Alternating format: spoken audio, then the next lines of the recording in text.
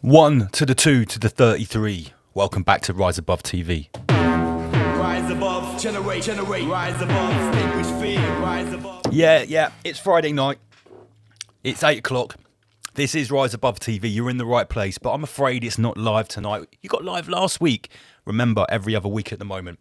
So, first of all, this isn't a live recording, but this little message that I'm recording right now has been recorded earlier this evening on Friday, the 9th of January. So big shout out to everyone tuning in. Don't go anywhere. We've got a wicked selection of clips tonight. The first set of clips come from our last live event. Presentations from Martin Leaker and also from Graham Moore, Daddy Dragon. Two very different speakers, very different outlooks. That's how we mix it up at our events with our affiliates. You got 3 clips from them each, as well as your regular array of Schwabery, which I do from the bite-sized edits. There's a midweek chat with myself and Inner Guardians from way back in the day, midweek chat number 6. So there's plenty on the menu tonight. But as per usual, right, there's a few other things I need to let you know about. And we all know that the most important of them is something called Patreon. Because at the end of the day, we are now in 2026. And as unpopular as this has been with some people, I've made it very clear that if you're only consuming Rise Above on YouTube, you are now essentially a casual observer. Basically a part-timer. The full-time work is all happening on Patreon. The QR code is on the screen. It will be throughout this segment. It's only £3.33 a month. There is plenty of free content on there as well. You can sign up for free. You don't have to pay. But if you pay your £3 or your $3.33 a month, you do unlock everything. I believe there's now hundreds of videos on there that you've now never seen before. You get discounts, 10% off everything on the website, 33% on the early bird tickets when we do a next event, which I'm telling you now, there is not going to be a Rise Above event at the hotel or in the field for the rest of this year. I have a lot going on this year, but there is an event we are appearing at the end of the month with none other than Mr. Mark Devlin. It's in Totton, which is basically near to Southampton. The QR code is on the screen right now. Rise Above and Mark Devlin, the 31st of January, that's a Saturday night. It's in Totton at the Attic. It's a comedy club. It's just an evening gig. You turn up, listen to a presentation from Mark Devlin. Me and Andy PG are going to have a very good laugh, telling you all about our undercover work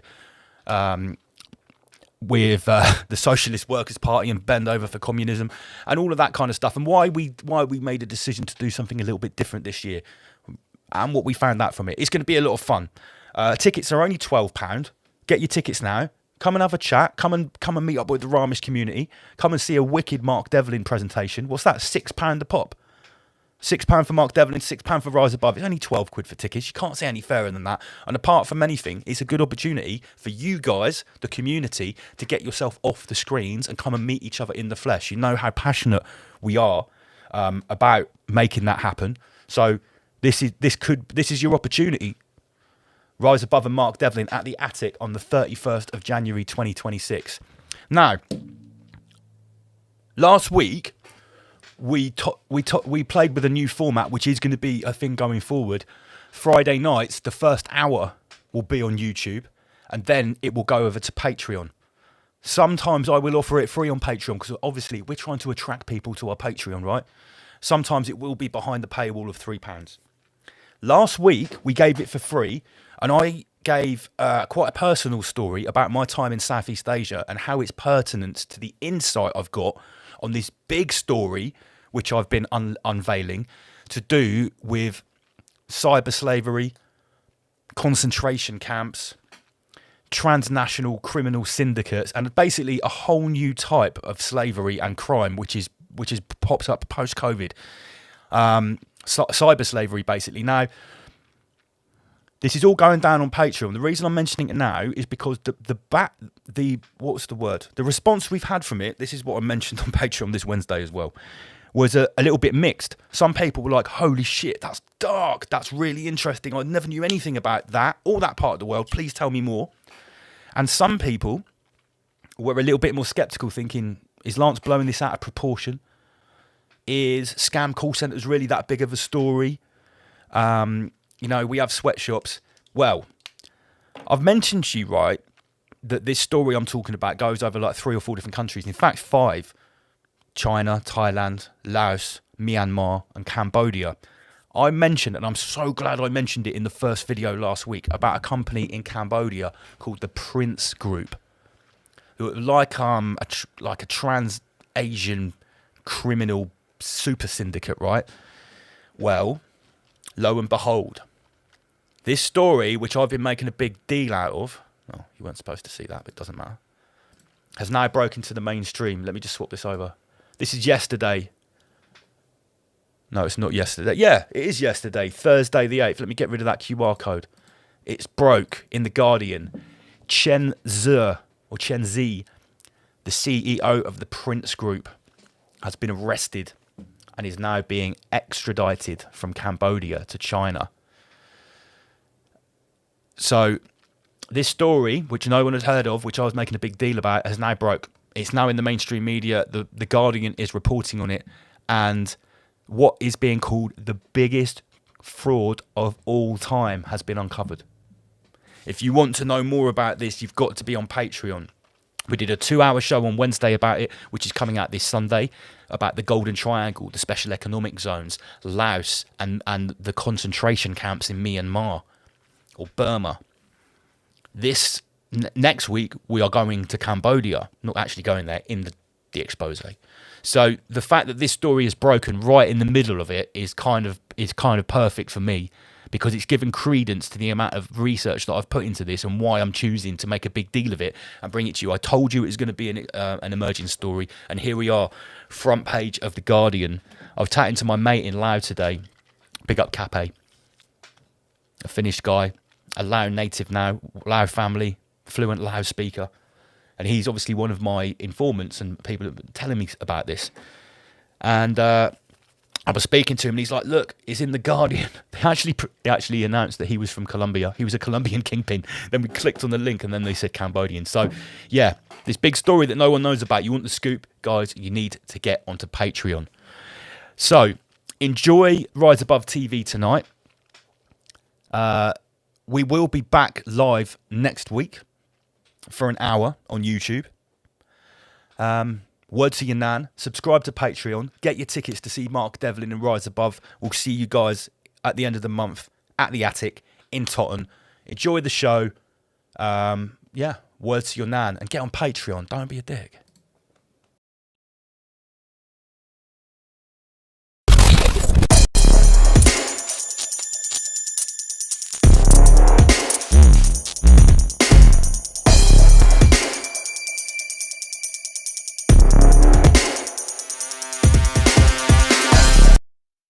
We have had some new terms, some new Ramish language. Ramish vocab has been added in the last 18 months from new happenings, new levels of understanding that we've come to. And every 50 episodes, I think that should become a thing. Yeah, we do that. I think it's important that people understand our language, because it's, you know, you got to teach people your language, haven't you? Yeah, because you know, we do want to attract new visitors, new viewers, and new regulars. And it's important that they do have a full understanding of everything we talk about, because we can't say things plainly and clearly because of Al Gore. You have to know the dance steps, don't you? Yeah, you do. Otherwise, you're just going to get flattened on the dance floor. Al Gore's just going to bogle all over you. He's going to do the foxtrot over your ass. He's going to do the foxtrot over your ass. U is for Umbrella Corp. So behind every slick entertainment dynamic movement, there is usually a shadowy corporation in the background, pulling the strings. The Ramish board. And around these parts, it's called the Umbrella Corporation. And underneath the... what you got there? Done. The popcorn's gone. Underneath the umbrella of the Umbrella Corporation, you've got Rise Above Media, Rise Above Live, Ra Treat, the whole of Ra Agenda 2033. Refer to episode the Ra Agenda 2033. Yeah, unveiling. for full explanation. All right, we're almost done. So U is for Umbrella Corp. Umbrella Corp. U is also for Ukraine. It's also for Ukraine. Big shout out to Rise and Shine. I said, please, can you send some Ukraine memes? And he bombarded me. So, Ukraine, or UK Rain, spelled REIGN. Absolutely. As many people put it. Is that coincidence? Is it coincidence that Ukraine, UK Rain, and then this year, although Ukraine won the Eurovision Song Contest, it's being held in the UK?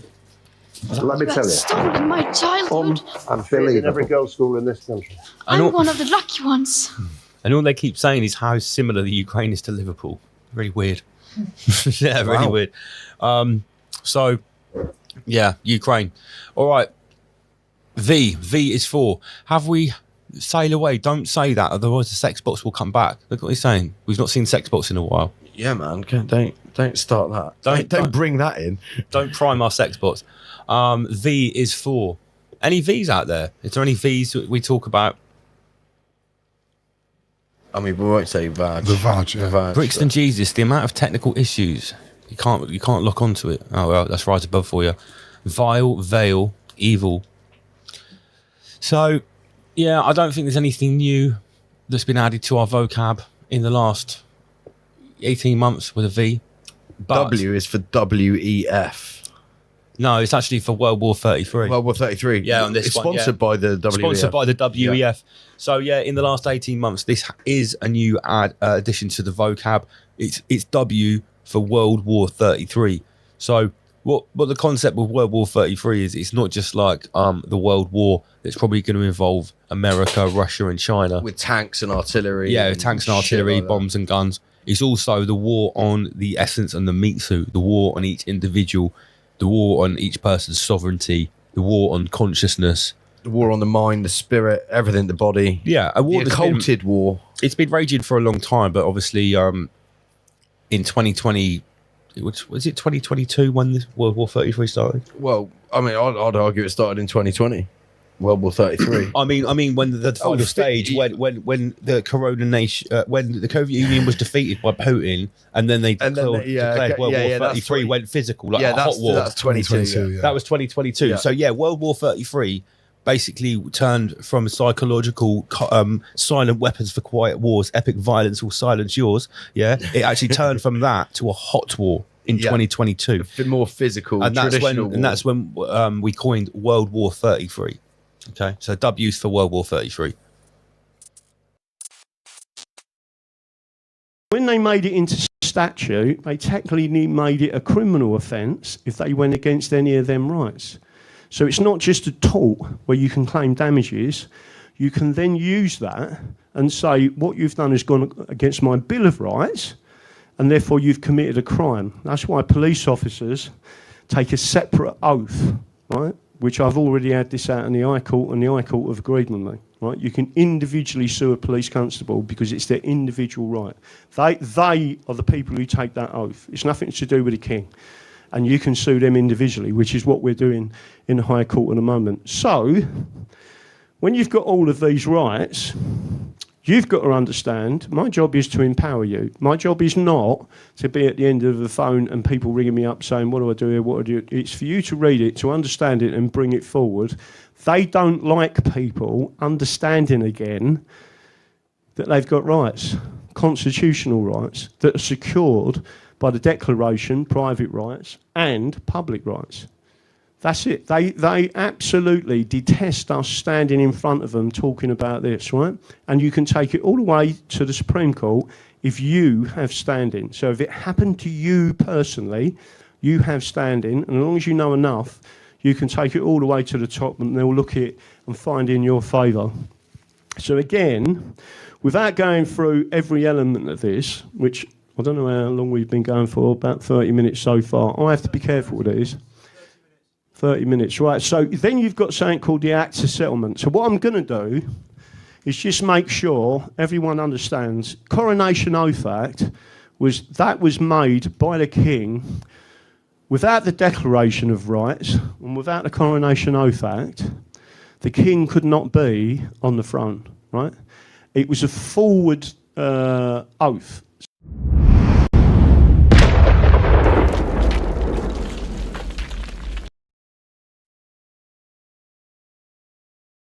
Just by its design, like nesting technology, it's giving off standing waves, or waves, if you like, that charges the water for the whole realm. It's part of this whole ancient grid system, if you like, that we are in the remnants of now.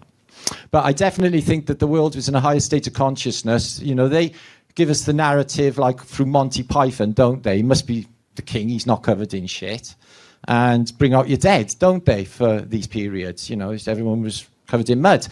But that's not what you find. You find that these are highly technological, fractal geometry, and the math that is written into them is absolutely fantastic. No two are exactly the same, and they are literally every Portsmouth there, look. So the Citadel in Portsmouth, they call it the Citadel. In the Channel Islands, Italy, Portugal, Italy. So what this, to me, proves is in the past, there was a one world civilization. I mean, no countries, just the world. And that was it. Okay, no borders, no countries, no nationalism, none of that is actually existing. I think it was just the one world. And I think that everybody was in a higher state of consciousness. How do I know that? By their architecture, by the Renaissance art that can't even be replicated in the modern day, the beautiful Bernini sculptures that cannot be replicated in the modern day by anybody. Some advanced technology behind them. I could cover them as well, but I haven't got time. So yeah, star forts everywhere in the world. I have visited them myself. You do feel a little bit weird when you go in, when I felt something shifting. But there's people living inside of them. I bet their experience is a little bit different, living inside of a geometric star fort. So yeah, everywhere in the world, star forts, some bigger than others, but literally no place hasn't got them, even the Far East. So I'll talk a little bit about them more tomorrow. when you come back for another presentation by Flaticus Maticus. Right, let's go on this off. So I need to exit, excuse me. There. Well, this cursor's like no fun at all. So have we got a sound on this? Audio people? Audio gods? Okay, we haven't, have we? So we're just going to watch a little music video to make you feel groovy. And then, if you want, I'll take some questions, because that's all on that presentation for a moment. Got any groovy music? Have you got any audio? Audio.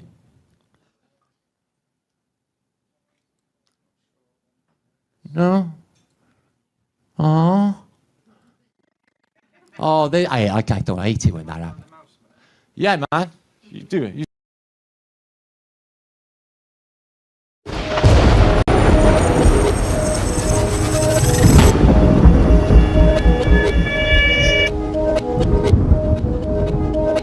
What have we got tonight, Lance? Well, it's no normal stream tonight, guys. It's no normal stream tonight. This week is straight back to business. And as you see from the title graphic, Big Up Magics, we have got one person tonight straight in our sights, straight in our target. One man and one man only, formerly known as Health Chancellor Gates, tonight known as Big Pharma Gates. Farmer Gates. Yeah, so big up everyone tuned in. It's Rise Above, it's Friday night. We are going to go in on this topic. We're going to go in. Left it to us to dig. Yeah, I tell you what, we've been digging. People call me a connoisseur of the rabbit hole, but tonight I'm going to give you the whole goddamn rabbit. That for the last 2 days, I've not come away from this computer. I've been researching this guy so hard, as if I didn't already know enough about him. I've been on this guy's case for at least 10 years. Okay.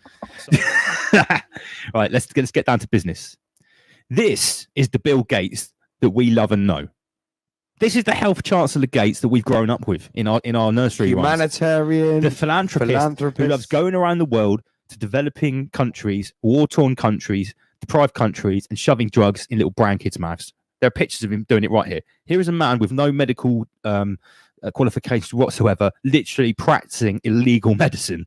This is the evidence. This is the Health Chancellor Gates that we know.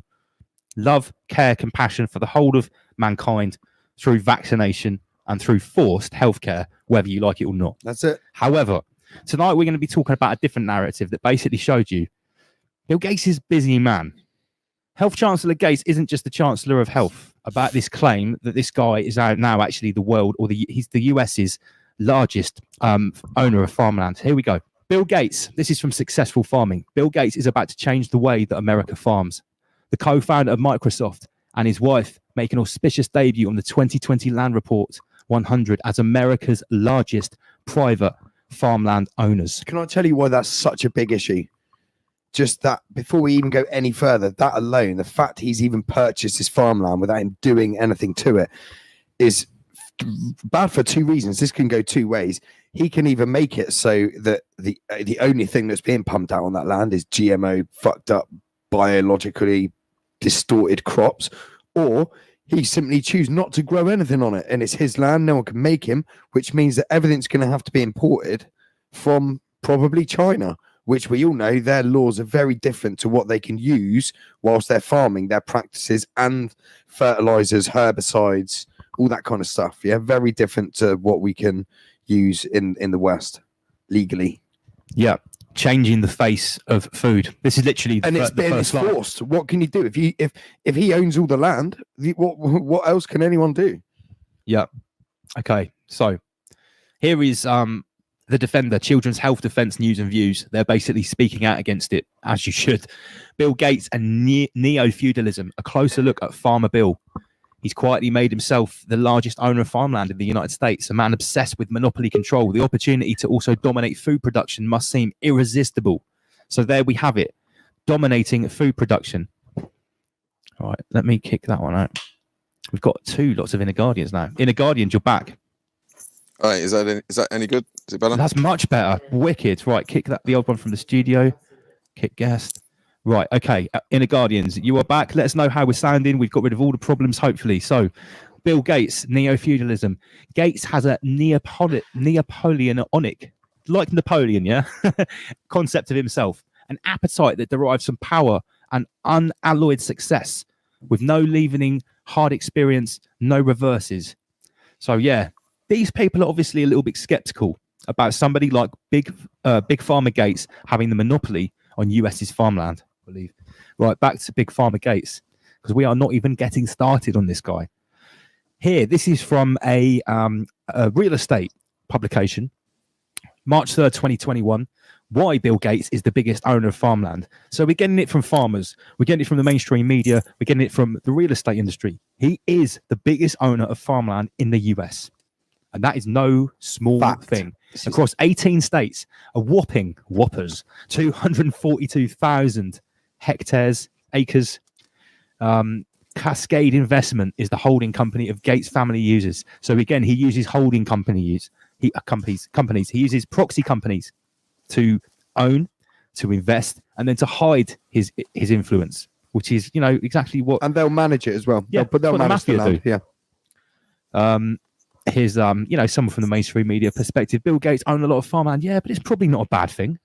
Why would it be bad? Probably Probably the not. key word there. Yeah. Okay. So it's no myth. Let's say that this is no myth. It is a fact. Bill Gates has been quietly, through Cascade Investments, buying up American farmland, and he is now the biggest owner of American farmland. Imagine how much he owns around the rest of the world. Well, that's known as well. Yeah. Okay. So let's be real about that. Can you imagine how many countries are in debt to him for all his philanthropy, humanitarian work that he's done? Well, believe it or not, as we'll How get much to land he's been granted? as we'll get to later, he actually does use his investments alongside this this farming. What's Chop the Dog saying? Pick up everyone in the comment section. Remember, if you're watching on a smart TV and you want to make a comment, just get your smartphone out, get your YouTube up. You can get in the comment section. It's free to everybody. Chop the Dog. He says, how does Gates even have the time to hijack every industry on Earth? What a fucking psychopathic nerd. Right, well, great comment. He's a psychopathic nerd. There's another way to describe easily, him. actually, it's very easily done. We all know of the Bilderberg groups and all of these little meeting places that they have, Bohemian Grove, all these places where these elitists will, believe it or not, Lance, conspire. And like I said last week, I am a conspiracy theorist. I have theories that very famous and powerful people on this planet conspire to stay in power and to harvest our, as In the Guardians puts it, our sweet nectar, our essence. We'll come to that later on, because that's where this is going. We always start with the physical and then we take it to the metaphysical later on. That's why Inner Guardians is now on the panel. Right, so modern farmer again. Bill Gates now the largest private owner of American farmland. I think we can move on from this fact. This is an established fact. Look at him. Look at his cheeky smile. His Big Pharma Gates. Is that Gates? Right, now we get to the sticky part. This is the part that some people are not going to like. And I'm going to give you a preface. The reason that some people are not going to like this is because if you have taken up veganism post 2012, now obviously your age is going to be something to do with this. If you're our age, for instance, in your late 30s or older, and you've taken up veganism post 2012, there's a very good chance that you're influenced by the man on the screen. That's my bad news. Indirectly or directly, it doesn't matter. Indirectly, directly, Irrelevant. I'm going to show you this guy has literally invested billions in people becoming vegan. And this, ladies and gentlemen, this Rise Above is how this psychopathic nerd actually did it. 2013, Gates Notes, the blog of Bill Gates. I read Bill Gates' notes all the time. This is inside Bill Gates' head. He is a psychopathic nerd. So he says, learn how food scientists are reinventing meat, how it can benefit everyone, because it's all about benefit, okay? Like most people, I didn't think I could be easily fooled, says Bill Gates. But that's just what happened when I was asked to taste a chicken tacos at the chateau, and tell them whether the meat inside was real or fake. The meat certainly had the look and smell of chicken. I took a bite. It had the taste and the texture of real chicken too. But then I was surprised to learn that there wasn't an ounce of chicken in it. So this is the introduction to the fake meat industry that Bill Gates has a much bigger part in than anybody knows. And he says here, by 2050, the world's population will grow to 9 billion. We're going to eat so much meat. He's stirring the pot. He's painting the picture of what's to come. Here he is presenting, he's looking at this fake burger or whatever it is, presenting these graphs, 2005 versus 2050, about how meat is going to increase. Really strange. He chooses to only put mutton. There's no lamb. that weird? I think As a chef, Yeah, that's yeah. weird, isn't it? Very weird. Yeah. The consumption of lamb. Unless he is putting them both into the same category. Why would you call it mutton? Mutton is a kind of lamb. It is, but anyway, Yeah. small detail. That's neither here or there. We'll take that as its lamb. We'll put it on the back burner. We'll put that as its lamb. Right. Yeah, It's just an old that's it. sheep, Yeah, and yeah. they eat it in developing countries. They don't. They probably just call it all sheep there. Oh, lamb's young. A lamb's Yeah. young. Mutton is older and tougher. Mutton dressed as lamb. That's it. Right. So companies like Beyond Meat and Hampton Creek Foods. Here is the first mention of these companies. So yeah, he said this is the first introduction that we had to fake meat in 2013 from Bill Gates. Big up the woke realist. Vag meat is best. Already, that's the first one. That's not long. 40 minutes exactly. Mutton is old lamb, 7:40. yeah, was that the first? Before the first vag mentioning. No, he mentioned it before the show even started. He's like, yeah, vag time. Big up all the vag crew. Hang tight with the Crater Dwellers. Live in your Crater tonight. It's Rise Above, Double LMC, Andy PG. We're taking down Bill Big Farmer Gates. So Beyond Meat, Hampton Creek Foods. Remember these names. These are going to be instrumental in the story I'm about to tell you. So this is taken from Google Trends. According to Google Trends, searches for veganism have risen steadily since 2012 in a similar trajectory to Instagram. Look at the graph. We see a flat line until... Is that even... Does it say notes there? Look, this is when Bill Gates made the notes. But anyway, this is roughly when Bill Gates made his notes. Maybe, I mean, those notes were 2013. I'm sure he started this plan before that. Okay. Here we've got some more metrics that show the massive increase in the global demand for plant-based foods in the last sort of 10 years. 600% increase in people identifying as vegans in the US in the last 3 years. I believe these stats are from like 2018. I'm not going to go too much. We've all got eyes. We've seen the explosion of veganism. The reason I'm highlighting this, I'm trying to show you the correlation between the timeline of the rise of veganism and the influences of these think tanks, these NGOs, these helpful individuals, benevolent Covia institutes that just want the best for you. Oh, look who we got on the screen. I'll leave this one to come you, on. right? Here we go. You read it out. Bill Clinton explains why he became vegan. The 42nd president of the United States explains why he can, and for our health, must learn to love eating vegetables too. Dine like Bill Gates does. Check out our great recipes. Dine like Bill Clinton does. Check out our great recipes for hummus, quinoa, beets, cauliflower, snow peas, beans, and more. Walnut sauce as well. Hot dogs. Of course, there's 2,000 pounds worth of hot dogs. As we enter the Vegan private hot dogs. room overlooking Manhattan's busy Rockefeller Center, I'm struck with dazzling kaleidoscope of a dozen delicious dishes, including roast cauliflower and cherry tomatoes, spiced and herb quinoa with green onions, shredded red beets, blah blah, vinaigrette, blah blah, Asian-inspired snow pea, and also the rest fruits and nuts, placed on a side salad of melons, blah blah blah. It's a rich. It's all This is. You honestly think this is what Bill Dine Clinton like is Bill eating? Clinton. You honestly think this is what this guy is eating? Pizza, cheese, walnut Literally. sauce, hot dogs. Yeah, This dine like guy Bill is Clinton. about as vegan as I am Hindu. He eats raw meat of child. Robert Fain says Clinton became vegan when he was diagnosed with AIDS. Sweet. Quality. Lee Gould says Monica Lewinsky wasn't vegan. Nah, she took the full fat man cream. Absolutely. Full fat meat for her. So basically, I mean, what is this? ARP. Anyway, this is, I don't know what kind of website. So this came out the same year as Bill Gates' notes about the future is vegan. Okay, we're just starting off. Trust me. Here, Burgers, bugs, and the shift of a new way of eating. this is from Lord Schwab. Brought to you by the World Economic Forum. Okay, So elaborate analysis of simple fish at the Tuna and Seafood Research and Development Laboratory of the Union Group, known as the Global Innovation Incubator. Bangkok Impossible Foods, known for its wait. bleeding- No. Impossible Foods, known for its bleeding plant-based burgers, has received how much, Andy? 806 million.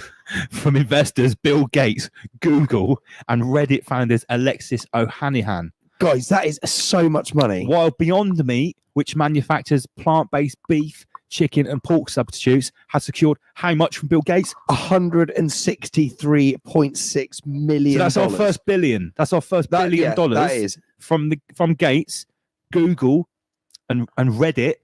That's just Why shy. Google and Reddit Jesus. investing in this? Because they know it's going to make loads of money. All Things Bugs, another US startup, raised $100,000 in initial seed funding from the Bill and Melinda Gates Foundation to develop an eco-friendly, ready-to-use therapeutic food product made from insects for children in famine-stricken countries. Wow.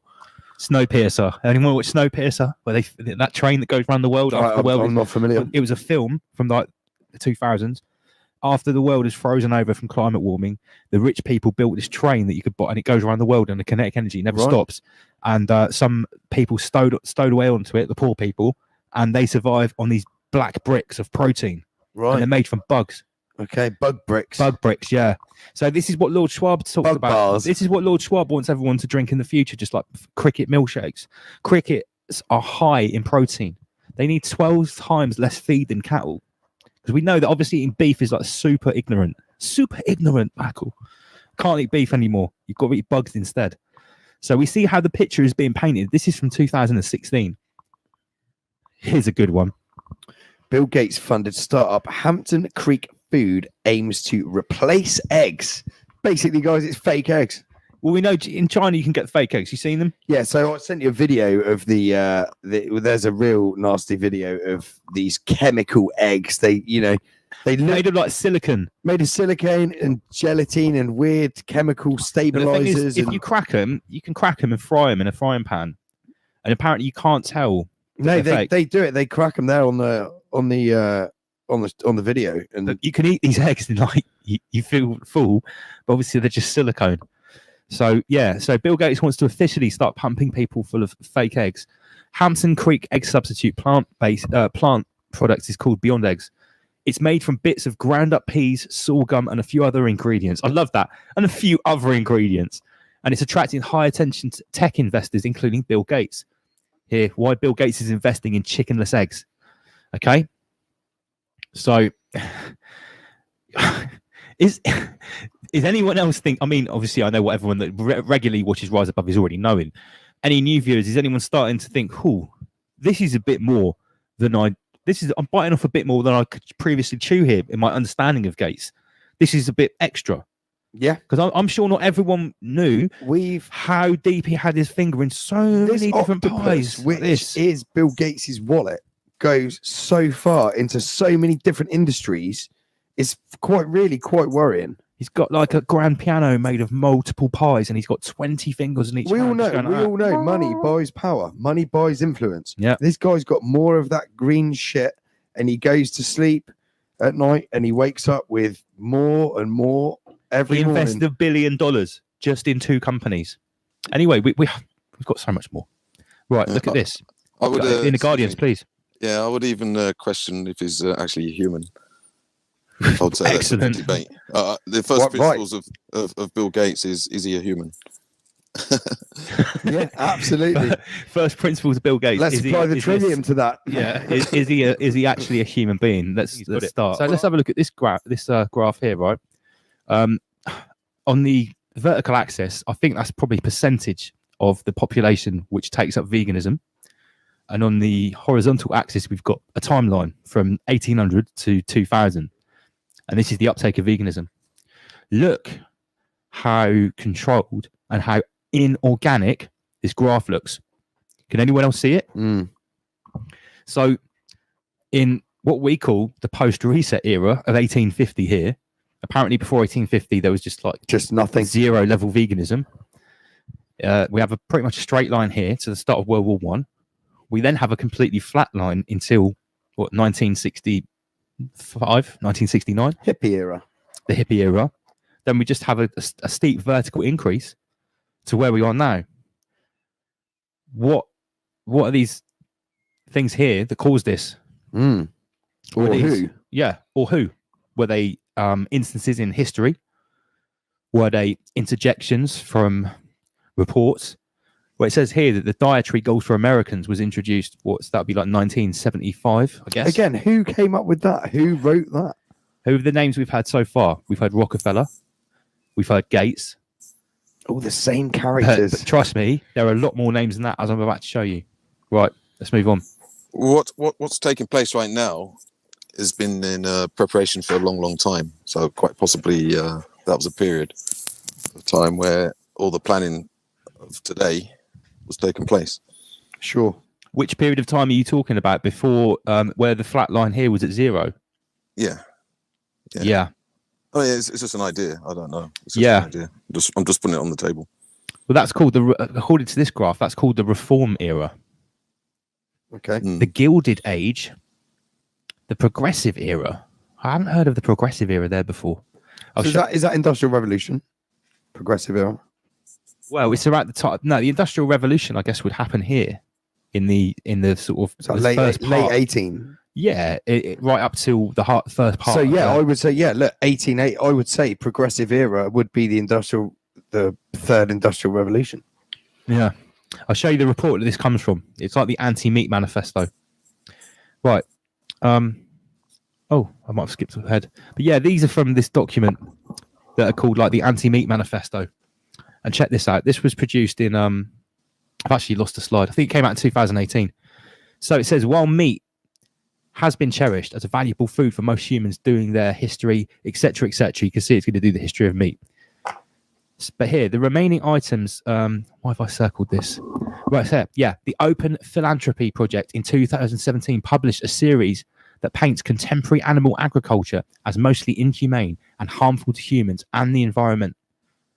The Guardian received a grant of $886,000 from these people to print this, to start this, to plant this seed. Okay. The hard stance is not restricted to mass media. It's also applied to the scientific literature. Moving to plant-based eating is defended by certain academics because it allegedly contributes to public health. Here, moving towards the Great Transformation. Right, this is when we start getting some interesting names. In addition to the WBSCSD, EAT connects with various Silicon Valley-backed innovative food industries, such as Beyond Meat, Impossible Foods. Such companies envisage the elimination of livestock in the next 2 decades. I will repeat, these companies from Silicon Valley, such as Beyond Meat and Impossible Foods, envisage the eradication of livestock in the next 2 decades. In layman's terms, that means the end of eating meat. Essentially, yeah. Yes. Okay. So who's behind this? Who is backing this push to end meat? This is what we need to find out. Here's what I prepared earlier, like Blue Peter. To redirect consumer choice, the WRI, this is the World Resources Institute, I'll show you them in a minute, has suggested a set of strategies with varying degrees of compulsion, including taxation, exertion of influence over nutritional labeling and dietary guidelines, stimulation of 30-day diet challenges, nudging and interfering at retail level, and the banning of meat from menus. Although the latter option may seem extreme, it has been advocated by Christina Figueres, quoted in this, on the WRI's board of directors. Well, who's a WRI? You know who it's going to be. It's basically the UN. It's a sector of the UN, and I'll show you in a minute. Okay. And they also, oh, look, here it is.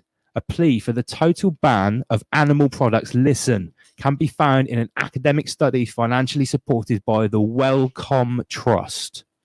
Does anybody know in the comment section who the Wellcome Trust is? The Wellcome Trust. Anyone familiar with the Wellcome Trust? Because when I saw that went ding, ding, ding, ding, ding in my head, and it took me straight back to my Serco research. Henry Wellcome. The Wellcome Trust is a charitable foundation focused on health research based in London in the United Kingdom. It was established in 1936 with legacies from the pharmaceutical magnate Henry Wellcome. This is where it gets deep, guys. To fund Pay attention. research to improve human and animal health.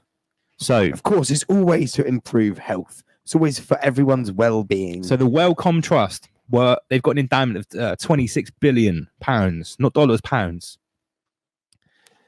This takes me back. Oh, the light's gone off. Can you touch the button back there? This takes me back to the Serco research. And this particular blog, that basically highlights the link. Right, why are we talking about Rothschilds? Here's why. I've talked about the Pirbright Institute a great deal in my work when I've been uncovering the Soviet Union. In his Serco speech. As we know, Serco and Pirbright are linked through Crown Commercial Services. They control the US Patent Office, and they issued, thank you, darling, they issued the patent for one of the early coronaviruses, not a vaccine, the actual virus, which is used on livestock. Yes, I know, before anyone says it's not the human coronavirus, I know it's used on livestock. In case you haven't noticed, in case anyone hasn't been paying attention, as I've spoke with Inner Guardians a great deal about, there is a massive link between livestock and us when we're talking about coronavirus. Especially pigs. Especially bats. Yeah? So anyone that tries to say, well, that's the coronavirus for pigs, well, that's coronavirus. Not what we're talking about. That's irrelevant. What we're trying to show you is that these institutions are heavily linked with coronavirus. We've spoke about this, haven't we, in the Guardians, about first principles. Yeah. It's not been established, but they can use it they can basically direct it at anything. So I would predict that the way they'll roll this out is that they'll say that animals will contain viruses, so don't eat them. That'll be their move. I'd say that's a very fair assumption. Well, they've already suggested in the Great Reset about not owning dogs anymore. So dogs and cats. They're on the list. How's that going to go down with you in the Guardians? Not very well. Yeah. Right. So why am I talking about the Kinetic, Serco, Rothschilds and Pirbright when a minute ago we were talking about the vegan movement? Here's why. All of these things are linked as part of the coronavirus industrial complex. Interesting that it's always the same characters: Rockefellers, Rothschilds, Gates Foundation, all of these philanthropists, humanitarian know-it-alls who like to spout off about how others should live their lives. It's always the same characters. It's linked through the Wellcome Trust. Here we've got a picture of Henry Rothschild de Worms, the first Baron of Pirbright. This guy is, along with Cecil Rhodes and the Wellcome Trust, these are the guys behind the Boer War, the early concentration camps, setting up of the Pirbright Institute. Nice people. Serco, Kinetic, they are all linked in through the Pirbright Institute, through the Wellcome Trust, and the Wellcome Trust is along with the World Economic Forum. EAT Stockholm, this is the EAT Forum, the UN Environmental Programme, the We Mean Business Coalition, and the World Resources Institute. This is who wrote that report that I just read out. The Place for Meat in Dietary Policy, an exploration of the animal-plant divide. Now, what does this page say to you? This says to me some of the most powerful think tanks in existence. It says to me that I wouldn't be listening to anything that these guys are promoting. So all those letters in that report, this is who they are. World Resources Institute, UN, Global Commons Alliance. Wherever you see common purpose, common alliance, that's not good news. No. It's not good news at all. The reports and some of the things I've just highlighted, this is who's been backing it. Billions donated through these guys to Gates, to subsidiaries. And that's what we're gonna show to you. Right. So the Wellcome Trust. A trustee of Wellcome Trust is the Bill and Melinda Gates Foundation. Okay. No surprises here, guys. I just want to show you the evidence directly from the horse's mouth. The Wellcome Trust, Wellcome, Bill and Melinda Gates Foundation as to join their Open Access Coalition. Okay. They're in bed together. Financial Times, the Gates Foundation and Wellcome set up 125 million coronavirus drug fund. So we're back to the Soviet Union. I apologize, but I just want to show you how everything we're talking about today, it's all linked. It's all linked. Everything's linked together. It is. And that's no tinfoil. It just is. It's the money. The money links everything. Yep. The money and the web of control links everything together. Because when you actually get down to it, it's a very few number of people right at the top of this pyramid. The pyramid which is presented to us. You know, we are not actually saying down with the vegan agenda. We're actually saying down with Bill Gates's vegan agenda. So yeah, for anyone that's watching that's new, that's a vegan, we're not against you.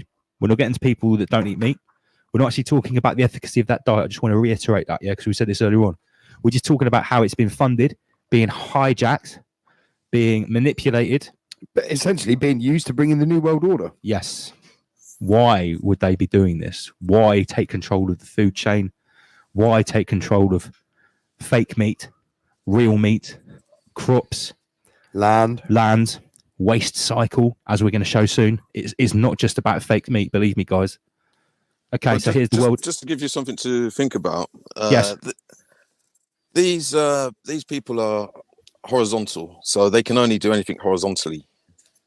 Humans are meant to be vertical, so they're meant to transcend. So if you notice, the two main agendas at the moment are veganism and transgender. So what they're doing is essentially they're taking what humans potentially should be doing, like divine masculine, divine feminine. It's actually healthy for the male to be in touch with the feminine aspects and vice versa. Yeah. Likewise with the food, it's important to be able to digest and process food and transform the food to feed the soul.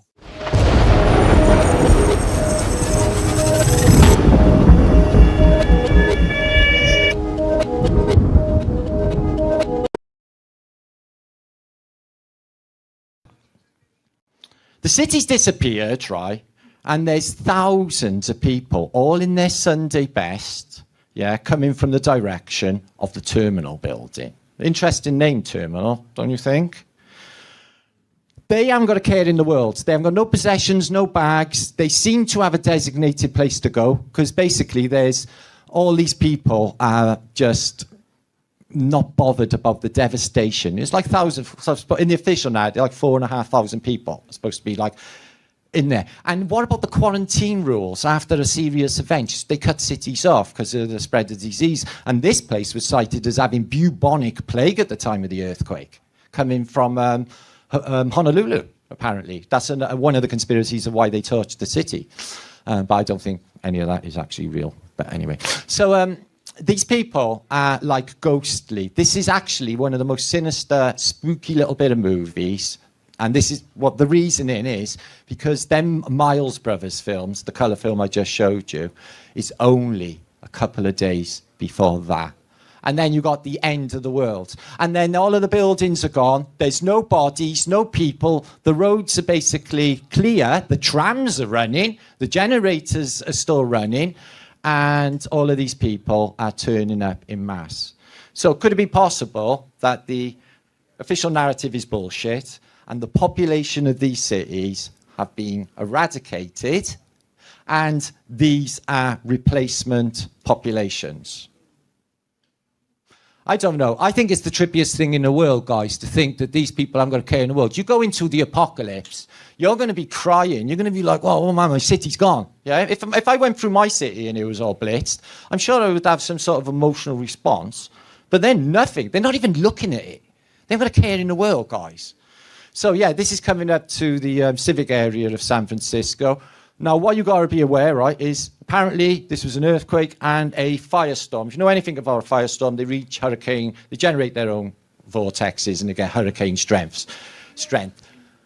The trees are fantastic. The lampposts, the telegraph poles, excuse me, are made of wood, are fantastic, and all of the roads are clear. And it's the same story for every single American city. What's going on? Well, I think it's the reset and possible replacement of civilization. And I think, if I was to hazard a guess of where the people were coming from, Adam and Eve, labs underground. And I think we're a biomechanic unit, actually. So yeah, there's the San Francisco earthquake that never happened.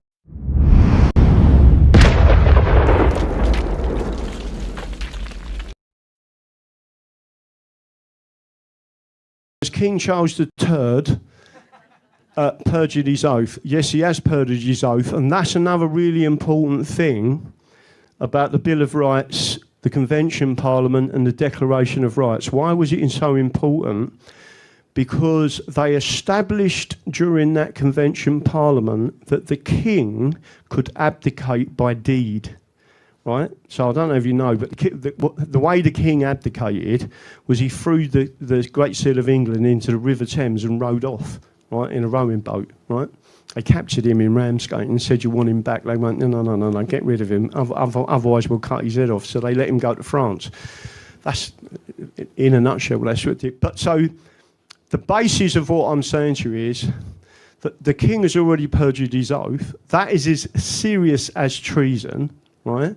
And there's documents I've got going right well back into the past that show all the cases where kings have perjured their oath.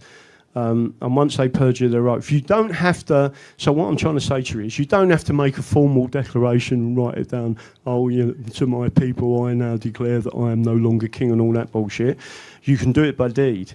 And if you've done certain things, or things are happening in your name, Parliament is the king's. It belongs to the king, right?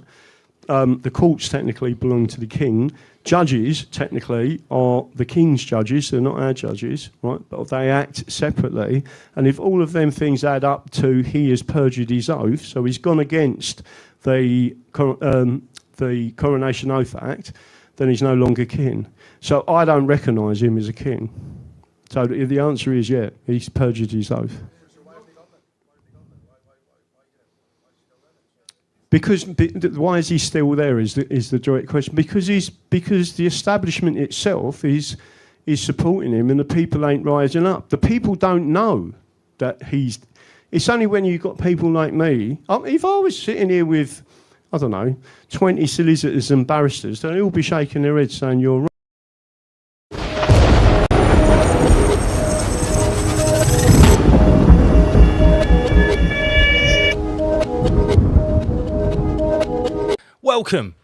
Welcome to my anti-Coviet lemonade stand. Anti-Coviet lemonade stand, I hear you cry. What the hell is that?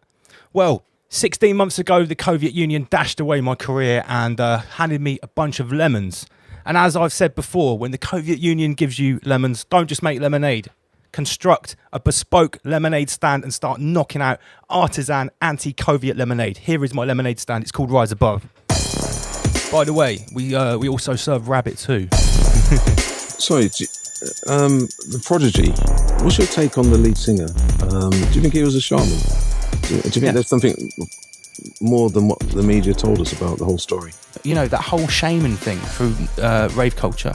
It's because the beats are tribal. The beats are transcendent. And when you listen to that type of music, you need a shaman or an MC to guide you through that metaphysical, that sonic landscape. I'm a lifelong student of the occult, searching for verses locked in a vault, yearning for scriptures hidden in a tomb, burning pictures in deep catacombs, learn the prophecy buried in dirt. That's why Double L's heavy with words, draw for the sword, bury them first, samurai tongue, severing nerves. Well, it's not a coincidence if you watch the Matrix movies. You've seen the parts where they have the dance, like they have a rave, don't they? I wish Omar Beats was here to talk about this. He'd be great to talk about this, man. When I did my degree at university, I managed to write my dissertation on dance music culture, rave music culture, and its impact in the UK. So I actually studied rave culture academically. Focus, intent, remember, execute, manifesta, fires the system that he presents from. Inner guardians, inner protector, inner guardians hidden within, deeper than flesh, deeper than skin. The room goes quiet when the drop of a pin is loud in your ear, mate. Now we begin. But the origins of dance is meant to be it's a sacred ritual where you don't dissipate your energy, you actually cultivate it through movement, through abandonment. Yeah, it's a recharge. Observing a group experience of people coming together and dancing in a way that they would lose themselves within the collective, but it would be akin to a spiritual experience. And break it down to the first principle, apply trivium, analytical, quadrivium, metaphysical, never horizontal or literal. We're ascending, not traversing, in a standing without rehearsing. Feed the parasite, serve the serpent, save your essence from eternal thirsting. I've got a bar about it. That's why the massive rave together in hordes to feed off the energy source. A crowd of people moves to the music in sync. That creates an aura beyond what you think. A brand new earth is emerging, while the evil energy serving the demiurge is determined to drain your soul with guilt and burden. Cruel nursing, no reversing, a sack of moon fertilizer bursting. You've got to put the work in away from this message MCs are shirking. And that was something that I wrote based on what I'd studied from what rave culture is, that it was about like exactly the same reason that tribes and occult groups would dance to these tribal repetitive drum beats, which is essentially what rave music is. Nowadays everybody wanna chat. Nowadays everybody wanna spit. Nowadays everybody bum wax. Nowadays everybody wanna mix. Nowadays everybody wanna chat like they got stories to tell. Same old crap when they touch the mic, they all sound like shite. These motherfuckers out there, they forgot about L. Got the opportunity to be on stage in front of thousands of people, but I'd studied this stuff before, so I took that knowledge, that discipline, that understanding with me, and I always treated it like a martial art. Take them on a journey. That was always my aim when I would always go and perform. I oppose all Soviet forces. They can come with their tanks and horses, driving 33 of Bill Gates' Porsches. Rise Above is a mental fortress. The moat's deep, the walls are enormous, built of knowledge of multiple sources. You can't storm us, not climbing the pile of glorious corpses. Entheogenic drug use, like MDMA, like LSD, like psilocybin. People that live through that generation where those type of drugs were very commonplace are going to be, by default, having a conscious shock. Yo, let me welcome you to the Soviet Union. Human rights, you're losing them. Young minds, we're abusing them, grooming them with that toxic pollution. Because I'll say it right now, the first time you get a really good hit of MDMA, that is a conscious shock. That will change you. It can. I've seen it change people. I sound like Brian Harvey now. Had to get that off my chest. Gosh. But for me, that's what 90s rave culture was all about. It was a kind of sort of techno, urban, sonic shamanism. Yo, it's all Schwabian and Malthusian. It's like, problem, reaction, solution, isolation and seclusion, fourth industrial brain transfusion, a self-sustaining collective illusion. Yeah, they're trapping themselves in a show like Truman. It's kept in check by Karen and Susan. What? Don't let the Soviet Union grind you down. Welcome to Rise Above. Welcome to Rise Above, everybody.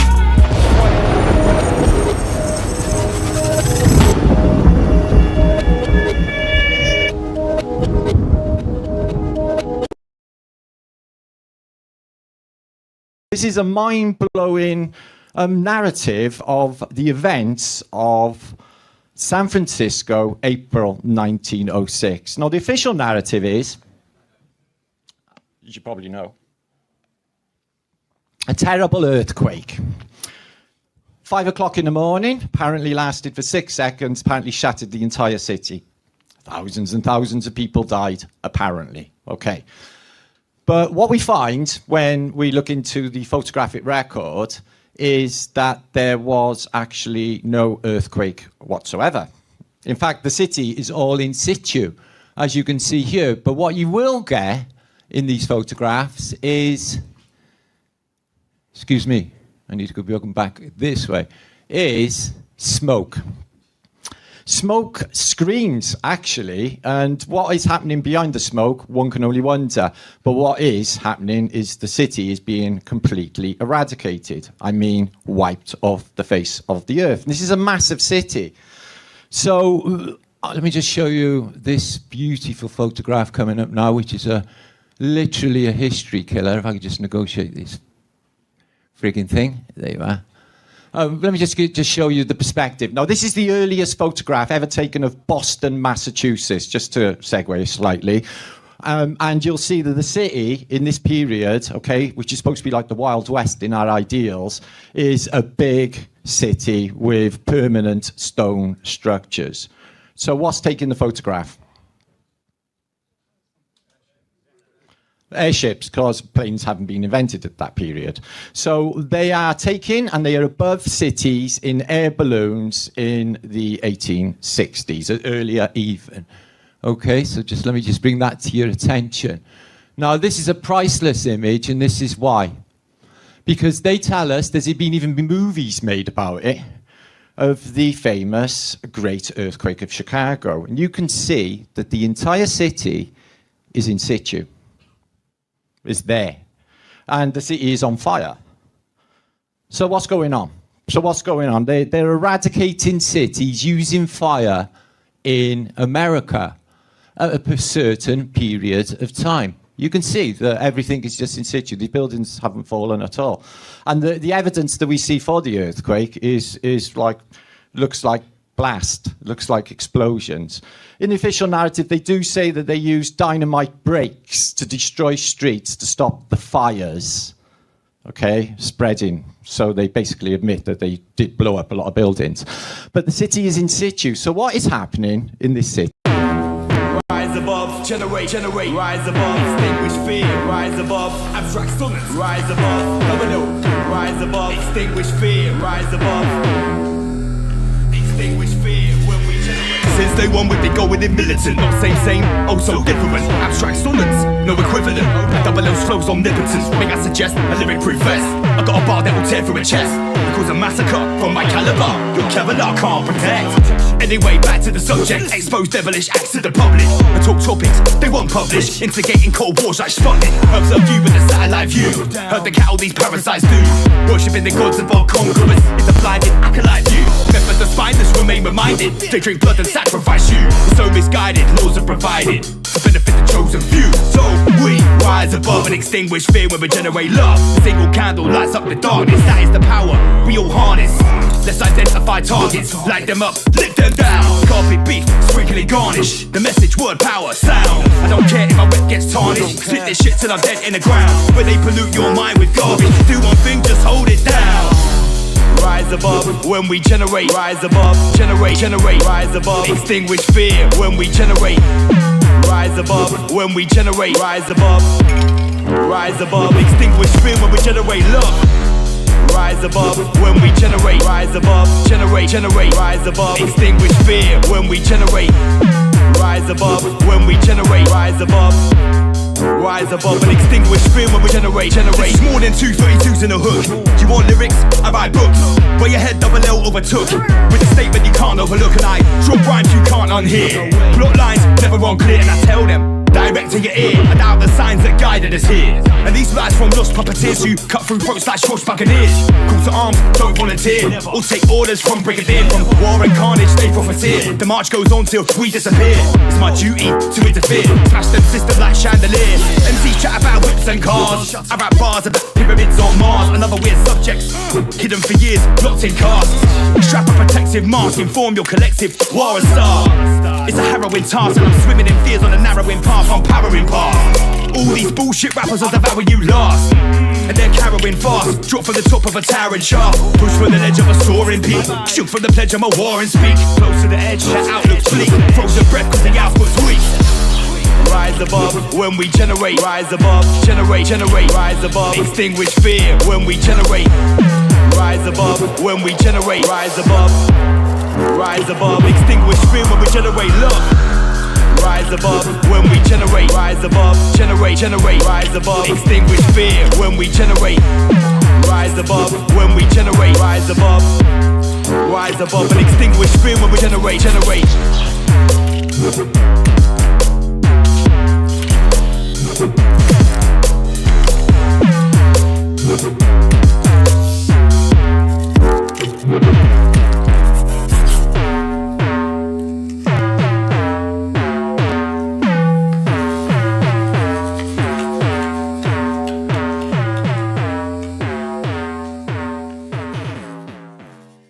That election of members of parliament ought to be free. Why have I just been standing in front of 2 High Court judges in the High Court? Because they stole my votes. What does it mean? There can be absolutely no corruption whatsoever with an election. So when they steal your votes and you've got all of these mail-in ballots and Sadiq Khan using Dominion counting machines, most people don't even know that London's elections for the mayor was Dominion counting machines. They now have confirmed that those machines can be contacted and the results changed by a group of people sitting in Serbia. Right? That's why you've got Sadiq Khan. The levelling of money, income tax, VAT, right? European tax is illegal. VAT is an unlawful tax. We voted to leave the European Union. It didn't happen, and there's a reason why it didn't, because they didn't void the acts, the European Community Act of 1972, which is what they should have done. That's why people like Ben Habib, excuse my language, is a complete British wanker, right? And people that talk about the Great Repeal Act, right? That's a load of nonsense. Because the reason why we're still in it today is because they repealed it and didn't annul it, make void. They're two separate legal terms. And once you understand the difference, you understand the power of the law. It would have meant that everything that they did under the European Communities Act of 1972 is unlawful. Everything. And if you go back to the Acts of Union and void that, the British Parliament, every law it ever made from 1707 is completely null and void. And we go back to the common law of England. And that's what they don't like. And by the way, I don't know how people think about the little hats and Pakistanis and whatever else you want to talk about. But if you void the Acts of Union, Israel no longer exists in law because it came from the Balfour Agreement and it came from the Palestinian Mandate of 1923 and the Partition of 1948, all approved by the British Parliament.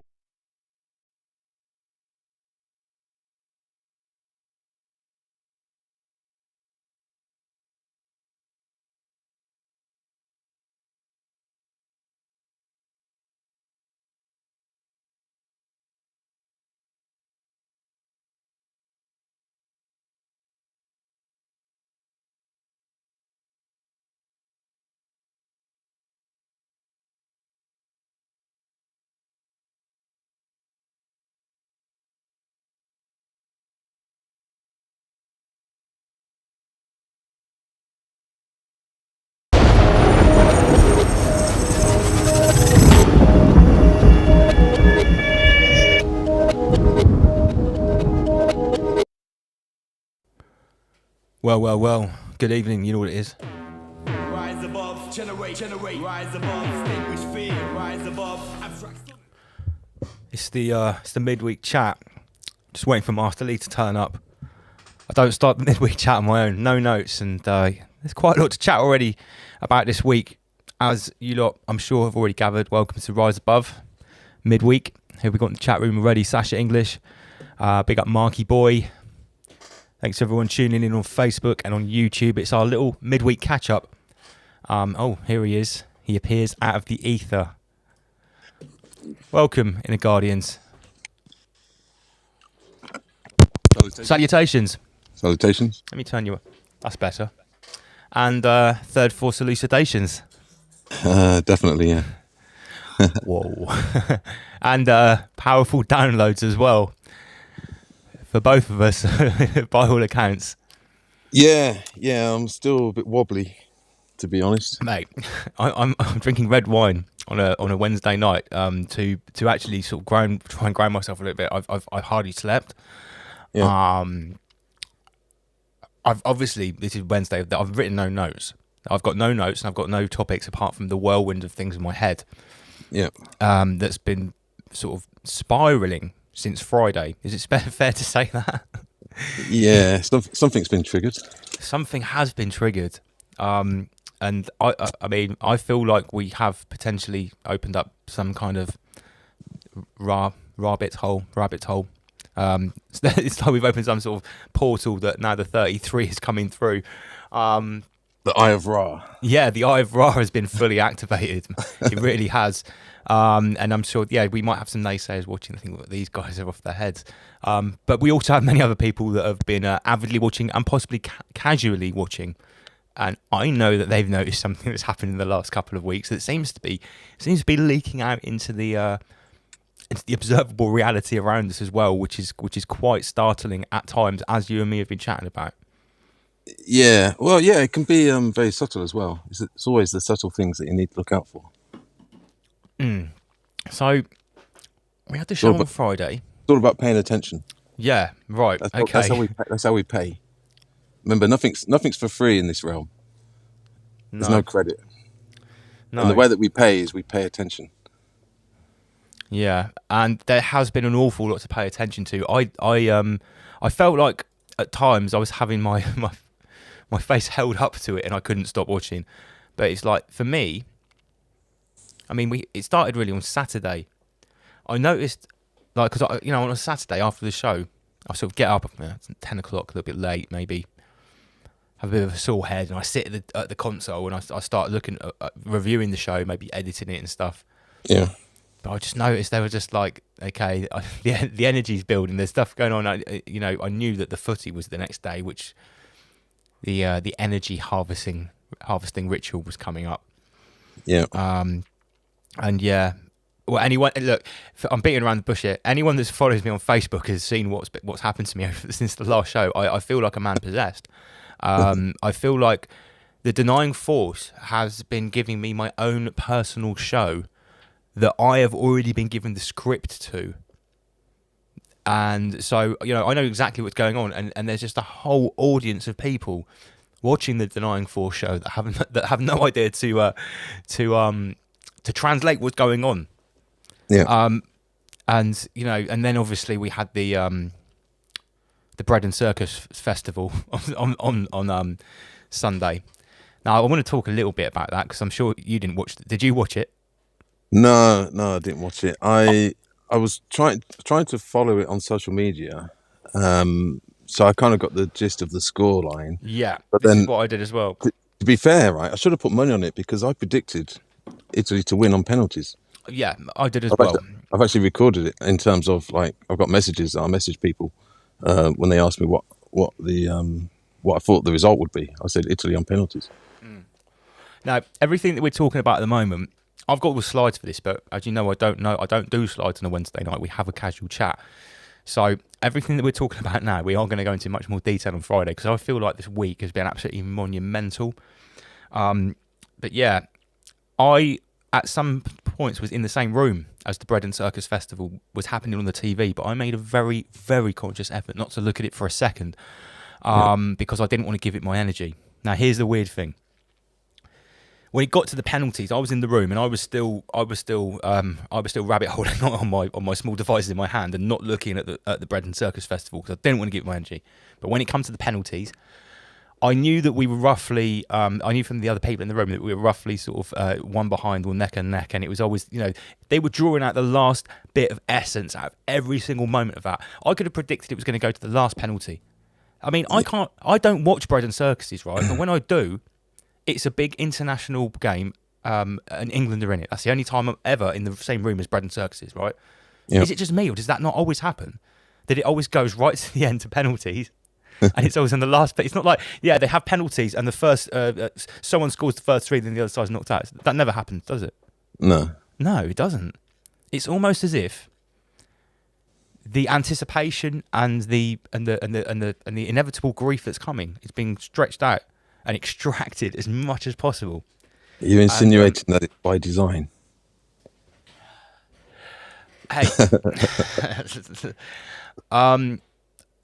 everything's on the table. This is Rise Above, right? Yeah. Political happenings are by design. Wars are by design. We would even postulate that some illnesses might be by design, right?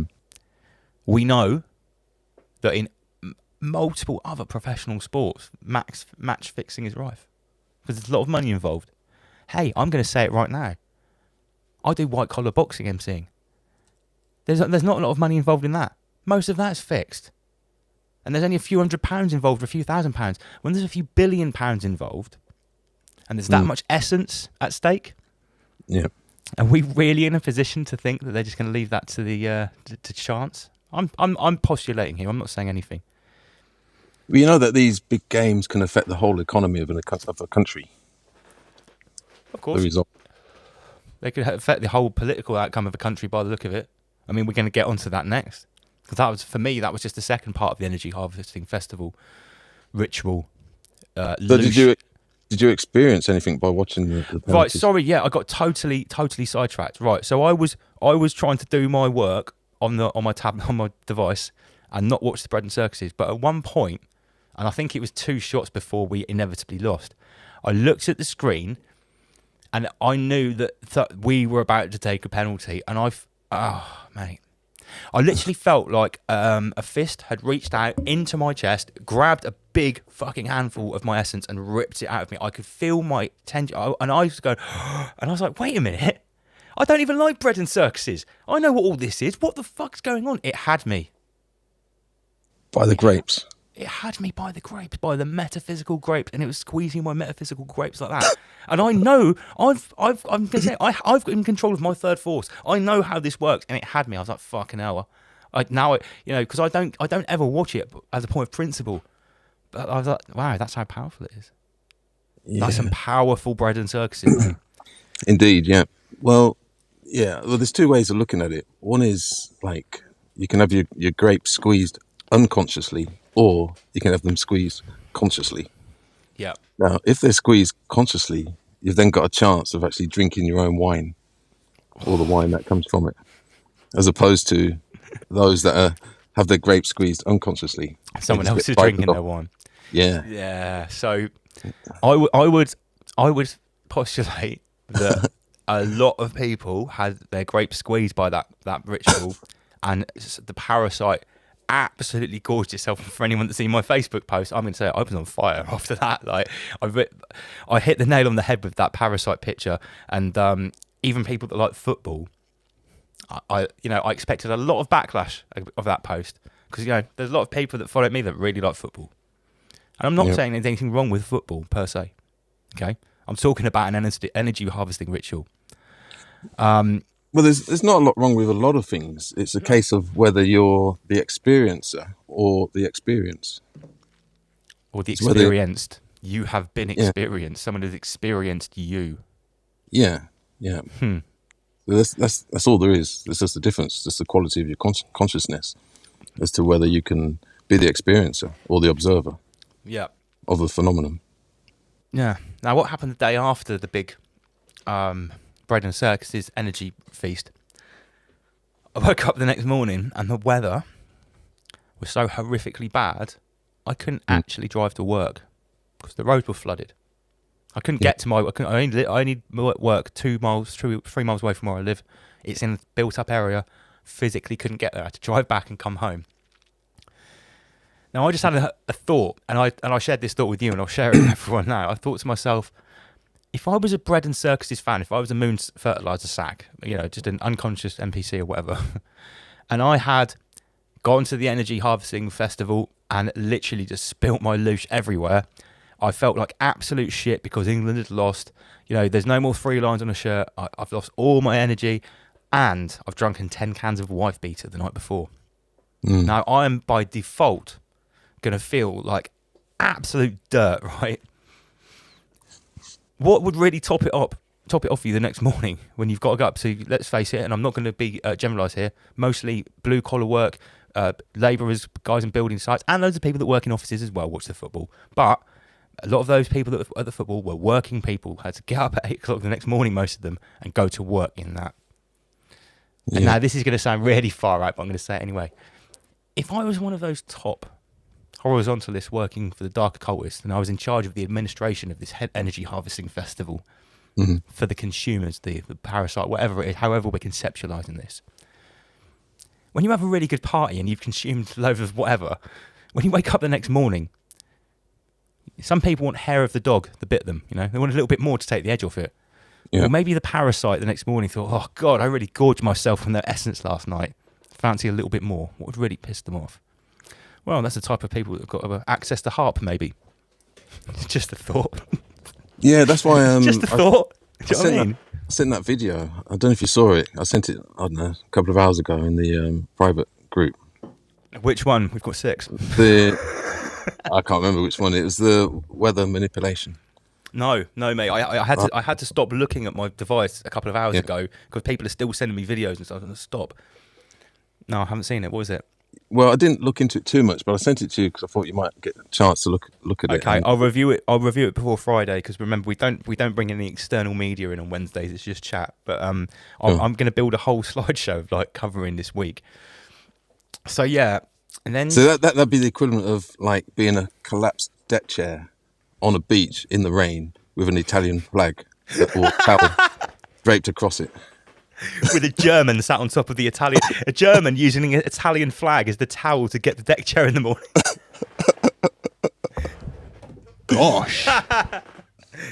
Hey, the Aborigine language is really coming on. So that would have been the final squeeze and grind of the pulp left from the grapes. Yeah. The last drops, the real scraping the bottom of the essence barrel. Yeah, so the parasite really gorged itself this week, but then it wasn't finished, because then after it had harvested all the energy from the grief of not winning Euro 2020, it decided to go onto the BLM summer narrative and start stirring the race pot. Yeah. And look, I shouldn't have to say this, but like, no one that's pointing this out is denying that there's racists or racism. That is a stupid thing to suggest. What we're pointing out when we talk about this is the way that the media is using various different techniques to, again, harvest negative energy. I'm going to come back to this theme, because we always try to go one step deeper. It is about harvesting energy. Yeah. Go, oh yeah. Well, it sells papers. Raunchy headlines sell papers. No, wait. You think this is about selling papers? Who buys newspapers anymore? Well, when you think about it, majority of racism is a type of social conditioning for the most part. I think people inherently aren't racist, and we see this in children. It's something that comes with age, with regards to social conditioning, and sort of a territorial thing, of which the boundaries will be like physical territory, culture, gender, then race, religion. And these are all boxes that we get placed into at some point or another. And for the most part, I like I say, I don't believe that people are inherently racist. I think me neither. Yeah. It's a social conditioning. And I don't think this country is 10% as racist as the media would have you think. But I don't want to dwell on that aspect of it, because I think it's a red herring. It's about energy. To me, it seems like the first principles. Yeah, let's take it to first principles. Part of the download that I took after last week's show was to do with the sun. And I've had these thoughts before, right? Now, you understand perpetual motion, and that you can't have something without something. Yeah? Of course. Something can't be powered for free. Yeah? Or maybe it can, but under the knowledge that we've got, something has to be fueled. Now, have you ever thought about this? Take a look at the sun, right? And we're told that it's a flaming ball of fire or whatever, yeah? Yeah. But what is fueling it? Yeah, because why does it never go out? There must be something fueling it. Yes, because look, if the fuel is coming from inside the burning fireball, why isn't it already burnt out? Have you ever seen a burning? What is it? An everlasting explosion? Have you ever seen an explosion that doesn't happen instantly and just burns out? That's an amazing point. Yeah, I mean, what is fueling the sun? Yeah, because it should have burnt out by now. But is there a pipe going to it with some petrol or something? Some kind of fuel. And remember, right? Have you ever done any fire training at all? I've done a fire safety course when I was a security guard at Holiday Park. Yeah. So in order to have a fire, you need 3 things, don't you? Yeah. You need to have fuel, yeah, oxygen, and ignition, spark. Right? Yeah. Yeah. Heat. So there you see the 3 forces, or the law of 3 in action. Even something like fire. This is what they teach. If you remove one of those forces, you've got no fire. It's impossible to have fire. Yeah, you can't. That's why you can't have fire in a vacuum. Yeah, and it's a triad. Yeah. So I always come back to the triads. Yeah. Mate, but we haven't really talked about like the impact that the law of 3 has had since we've dropped back. So many people have been messaging me, emailing me, sending me pictures of 33 that they screenshotted underneath my comments where it says 30 all the time. I'll show you all on Friday. But I think we've really helped some people. I think we have genuinely helped some people at least start to regain their third force. Yeah, well, I did try and give a warning that it may transform, your existence in this realm. You did. You actually said, I'm just going to give a warning. What I'm going to say might transform reality. You weren't lying. We opened the rabbit hole. We opened the Eye of Ra. Well, I'll Absolutely. give you another law of three. So, for instance, the timeline, right? We all know this, right? You've got past, present, and future. Now, we generally understand that we don't know the future. Well, in actual fact, if your triad's in order and in good working condition, you can actually see the future. Are you trying to suggest that conspiracy theorists can see the future because they've got their triad in order? Potentially, yeah. Why not? That's an interesting thought, isn't it? The deck chair is erected They have a fully erect deck chair in the sun. in the sun with no Italian flag or any German sitting on it. So, well, what is reading the future? Because let's break it down. The first word is reading, okay? Mm-hmm. Some people accuse me of thinking that I can read the future because I'd say things that happen 6 months before they happen, along with other people. So I have no special abilities. Yeah. Well, the first word gives it away. It's called reading, right? Because believe it or not, the future is written down because the future is being forecast from the present. Yeah. In my opinion, okay, it is being forecast from the present by those that are in control of more than one triad. Their triad and our triad. Again, this is what 33 is about. And those who are in control of those two triads, they like to forecast and tell us what they're doing ahead of time. Yeah. We need to know the signs and where to look for it. Well, you're going into the realms of are we the creators or the recipients of this realm? I'm very glad that you just said that. Because here's the other thing which has really helped my downloadability this week. What day is it today? Wednesday. It was Monday night when I was finally sort of able to potentially sleep after Friday. And I was lying in bed and YouTube was just playing in the background and I was I was still downloading. I was like sweating. It was like, there was a lot going on. And I was trying to like just not look at my phone because people kept sending me stuff and it was all interconnected. And then on YouTube, Ra started speaking. It said, "I am Ra," and it was a recording of the Law of One, the channelings of Ra. Okay, Yeah. and obviously this is something I spoke to about before, and I know you've looked into it. For anyone that doesn't know what this is, I've said before, this is the ultimate Rise Above homework. The clue is in the name, Ra, Rise Above, okay? It's a channeling from the 80s.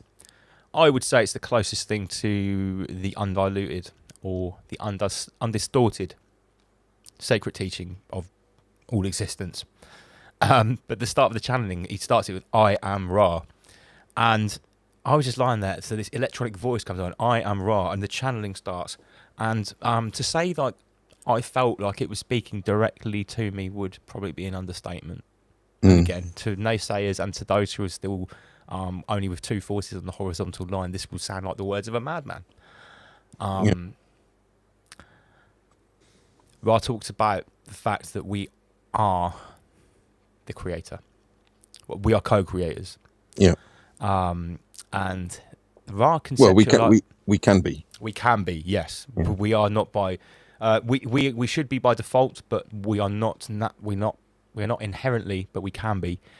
Well, remember weeks ago or even months ago, I said that nature takes us up to a certain point naturally, and then it leaves you there, and then it's down to your decision as to whether you want to actually evolve further than that point. Yeah, you have to. We are the only creatures, right, that actually have to make an effort in this realm to transcend. Yeah, all of the creatures have absolutely no ambition to transcend other than what they already are. Yeah. Now, what Ra says in the channelings of Ra, when he talks about the denying force, and he doesn't say those words, but this is what he says. He says the denying force are here to provide a catalyst, and this is what you say as well. And you say, this catalyst, they are trying to negatively charge us, okay? Because in their minds, the more we're negatively charged in this negative cycle, then our next harvest may be positive. Yeah. Now, this made me think really hard, right? I've honestly felt like I've been channeling something in the last couple of days, and my activity has been. I had no choice about those posts I was making. They were happening. Though the information was coming to me, I was processing it, I was putting it out, and I was trying to de-occult what was happening in real time. And I thought to myself, and I tried to use this theme of this catalyst. What have I actually been doing, right? Well, it's catalytic conversion. Now listen, they're providing a catalyst to try and harvest as much negative energy as they can from negative emotions like fear, anger, jealousy, rage, etc. Disappointment, yeah. Okay. Well, through whatever I've been doing and whatever my abilities or my learnings have been, I have got the ability to see that very, very clearly for what it is. Like I said, I felt this week like I've had a direct channel to the director's cut of what the Denying Force is doing. Yeah. Well, if I can take that catalyst and convert it into an inverted energy of whatever you want to call it, de-occultism, basically, I'm converting it into an energy which is de-occulting the Denying Force. Because if anyone's been watching my post this week, everything that they've done, I've tried to counteract it. Master Lee, have you ever seen a one-handed puppet master? The hidden hand. No, like like a traditional puppeteer. Have you ever seen one with one hand? Well, the puppet's got one hand. No, the puppeteer. I've never seen a one-handed puppeteer. Well, they normally got two. Of two course. Puppets. Okay. Yeah. And the point that I'm getting at, the puppet master always has two hands. So what I saw online this week, and I hope I shook some people up. I saw a lot of people that are completely on board to the way that the Denying Force works with the Soviet Union. Yeah. But as soon as it did exactly the same thing with another medium, which was the football and racism, you couldn't see it. Yeah. So when I say I've never seen a one-handed puppet master, I'm sure there's a one-handed puppeteer somewhere, but he can only do one puppet like that, and it's not very impressive. A puppet master always uses the left hand and the right hand.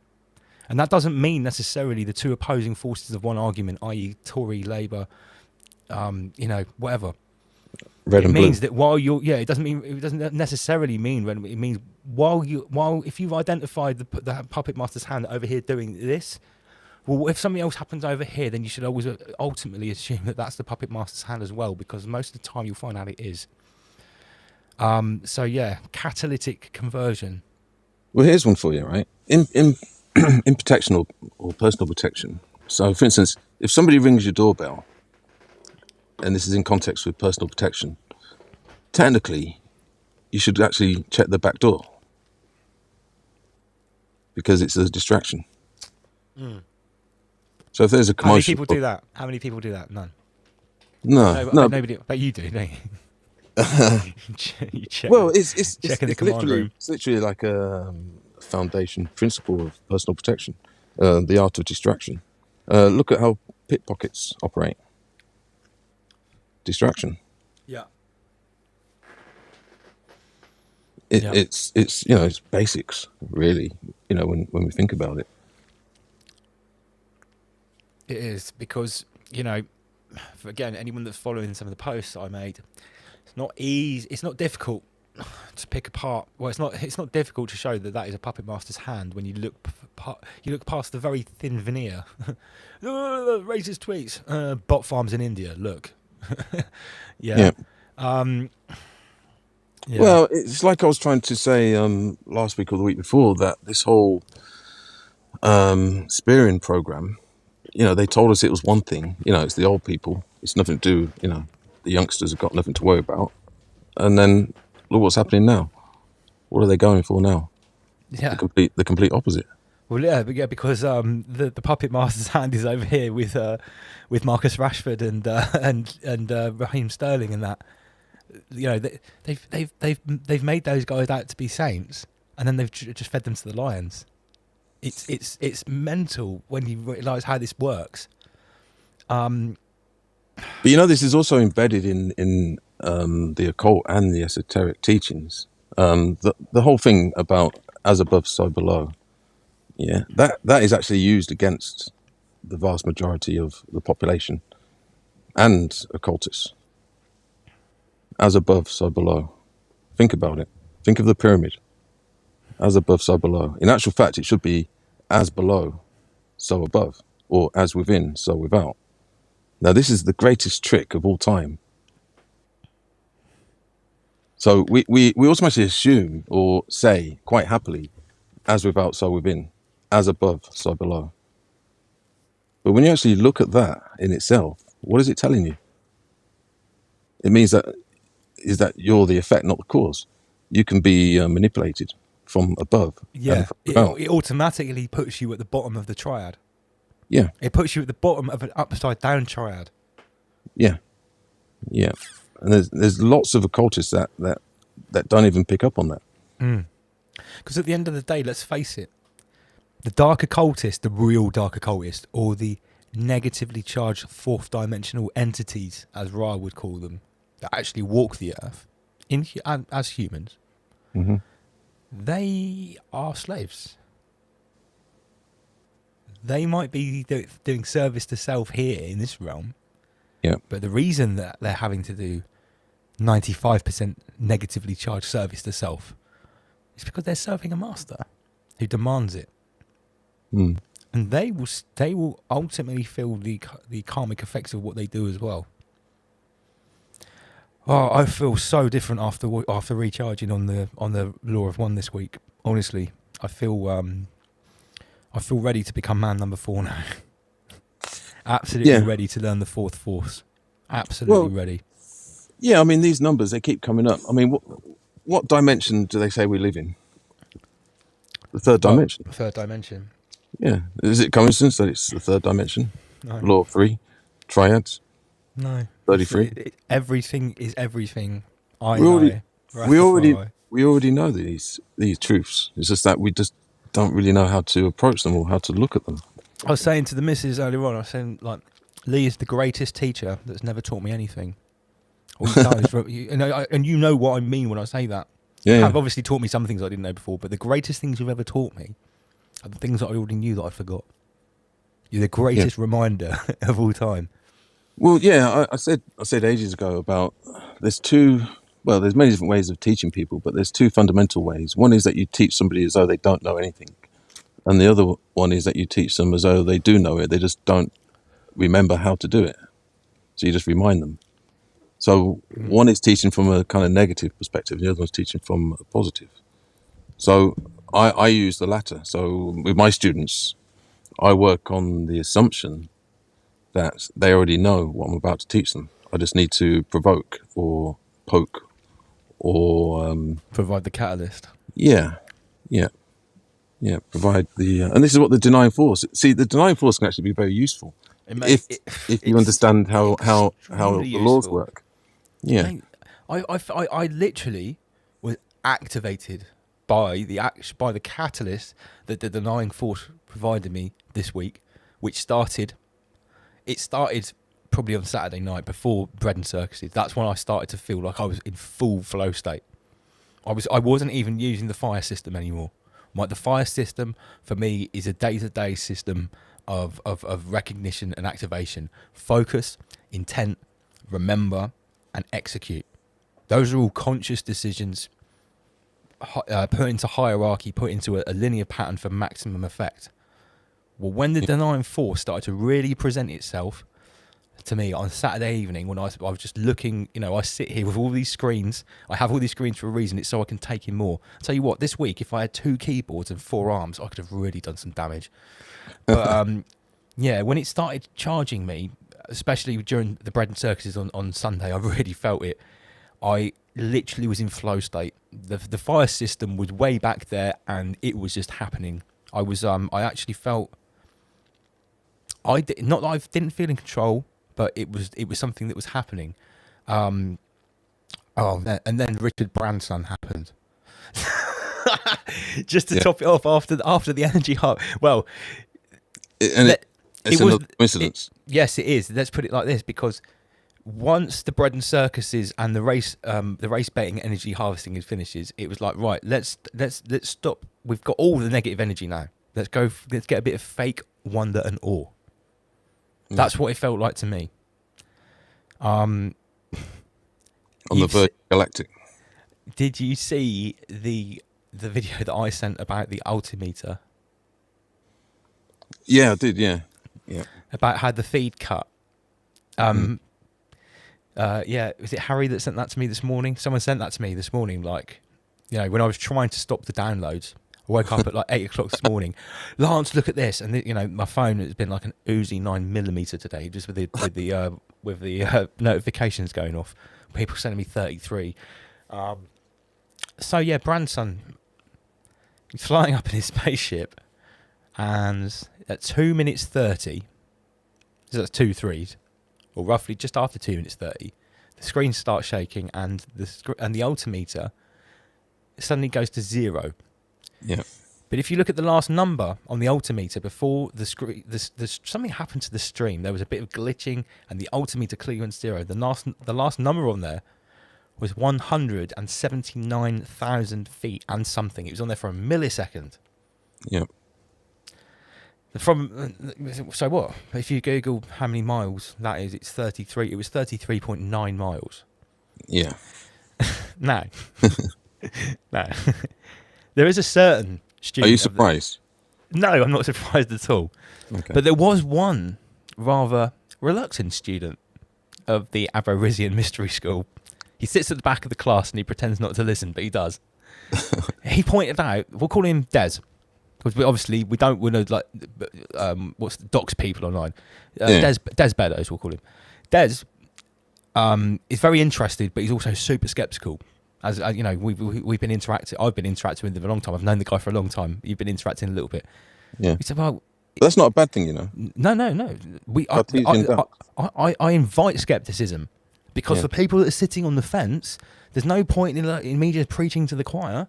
I need some taxing questions. Yeah. For people that are sitting on the fence, they need these questions. So we welcome Des. Well, he pointed out that, you know, wouldn't it have been good if it was exactly 1,800, exactly 33? And I thought, well, what's it? So the stream would cut in exactly when it hits exactly 33 miles, not 33.01. And I was like, well, yeah, that would have been good if it wasn't 33.9. You know, 33 was still the amount of miles. But I said, if it was exactly 33 miles, would that have made a difference? Would it have, you know, swayed you? So there might be something going on here. But yeah, I mean, it's not the only time that 33 has literally head dived into what we've been discussing, or the occulting. Yeah. It's sort of, it seems to be like just photo bombing everything that I'm doing. No, literally, and I'm going to show this on Friday, because loads of people watching will probably be some of the people who have been sending me stuff. It's like, well, the general conclusion with regards to the Richard Branson expedition is that it's so the outer limits. Yeah, it's a complete occult ritual. Yeah.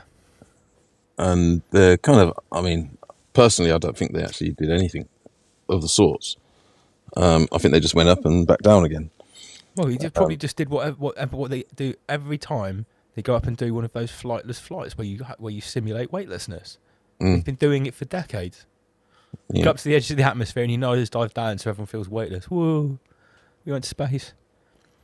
Yeah. Well, what I think it's all to do with is that it's part of a ritual where they're sending the energy up, and they're getting everybody to look in a particular direction. I mean, I've mentioned this many times, and remember, their objective is to keep you in the 3D realm. Yeah. Now, even on the horizontal line, by looking up, you're still not actually transcending. You're just looking up. Now, what they're trying to replicate is that you can only have transcendence physically, not metaphysically. And also what they're reinforcing is that you can only get to the outer limits or to the heights if you've got money. And is it by coincidence that you've got billionaires that are going up there? Oh yeah, So and also I got go on. so they're reinforcing the need to be wealthy. Monetizing space.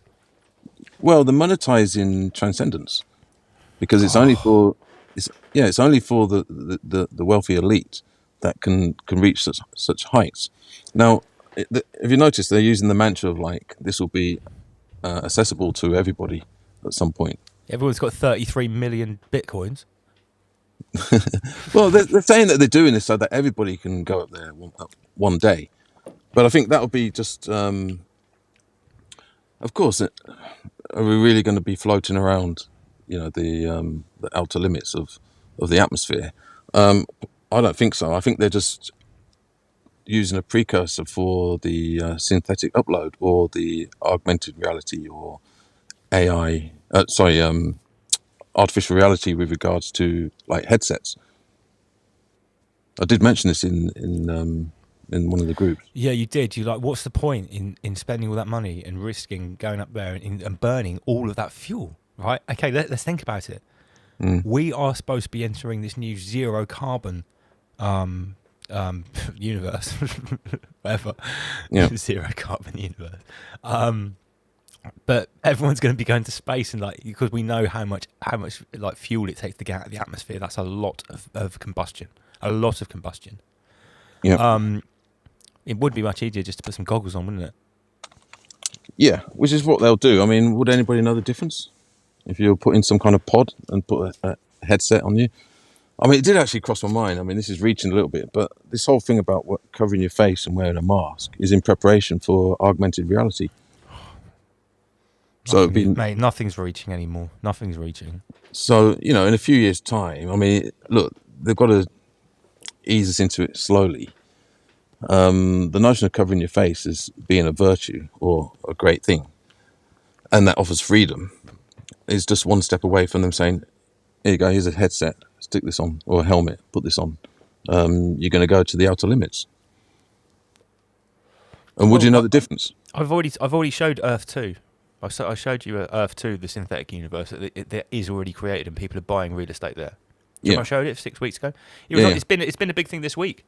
That there are like absolute record sales of land in Earth 2. Like I think like the prices of land in Earth 2 are skyrocketing more than on Earth. Yeah, like it's gonna be more it's gonna be more pleasurable and more sought after to live in the synthetic universe than here. Yeah, well, I mean, stunts like what they've just done will add to that, will add value to that. And also, what's his name? He's involved with Bezos. Is it Bezos? Well, isn't he about to go to the outer limits next week or something? Because I've heard people talking about that today. He's got some cock rocket or something. Looks like a penis. Yeah, it was meant to be the story or the whatever. Yeah, it's meant to be that those two are having a sort of dick measuring competition. Yeah, two of the wealthiest dudes in this realm, who could actually, with their combined wealth, solve every single problem in this realm. Yeah. How arrogant of them. Yeah, and they've decided just to sort of masturbate all that money. Build a big cock, fly in space.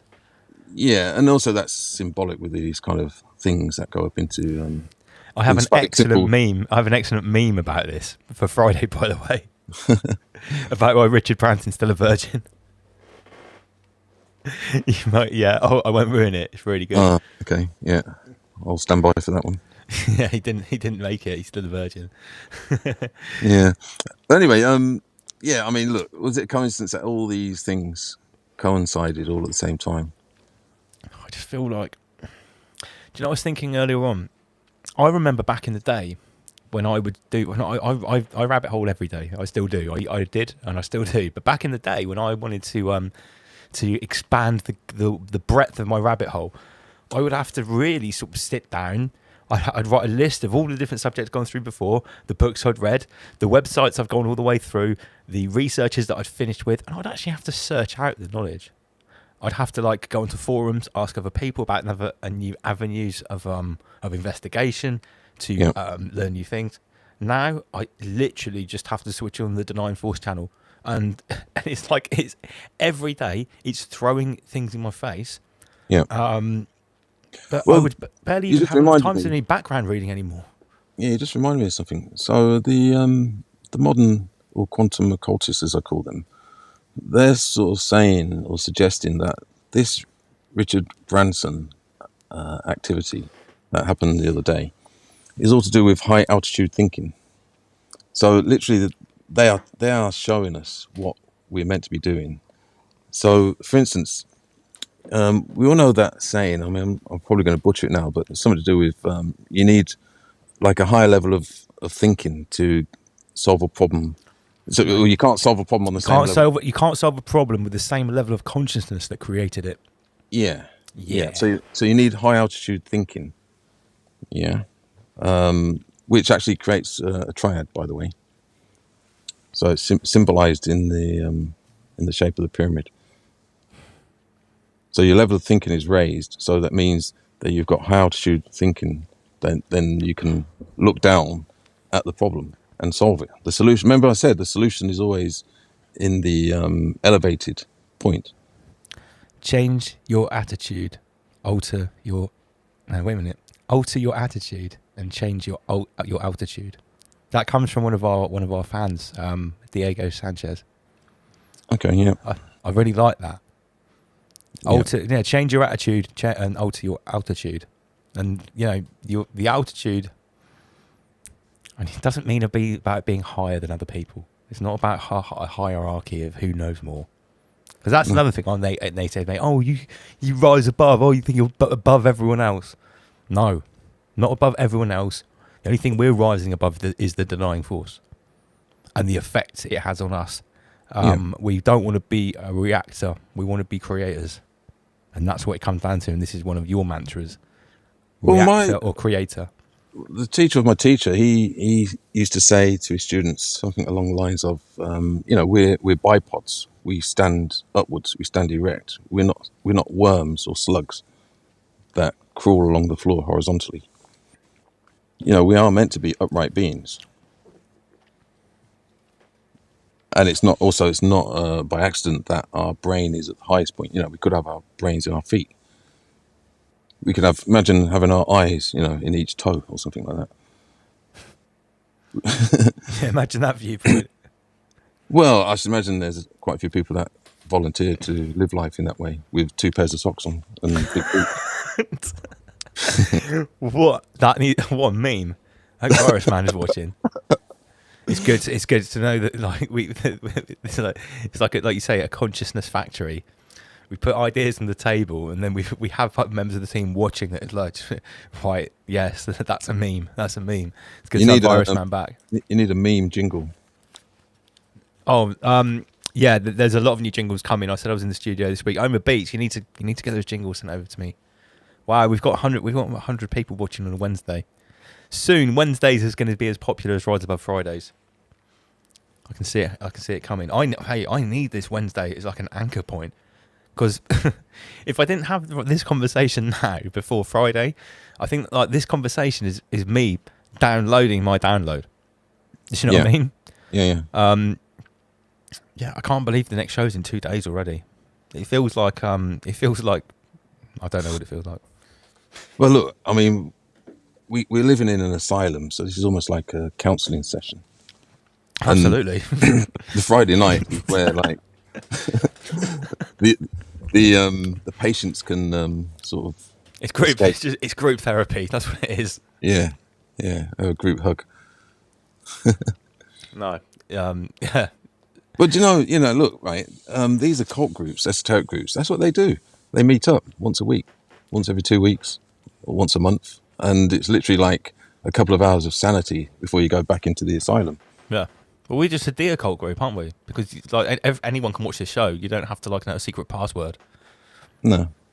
Yeah. Although we do need to have something like the 33 private club or something.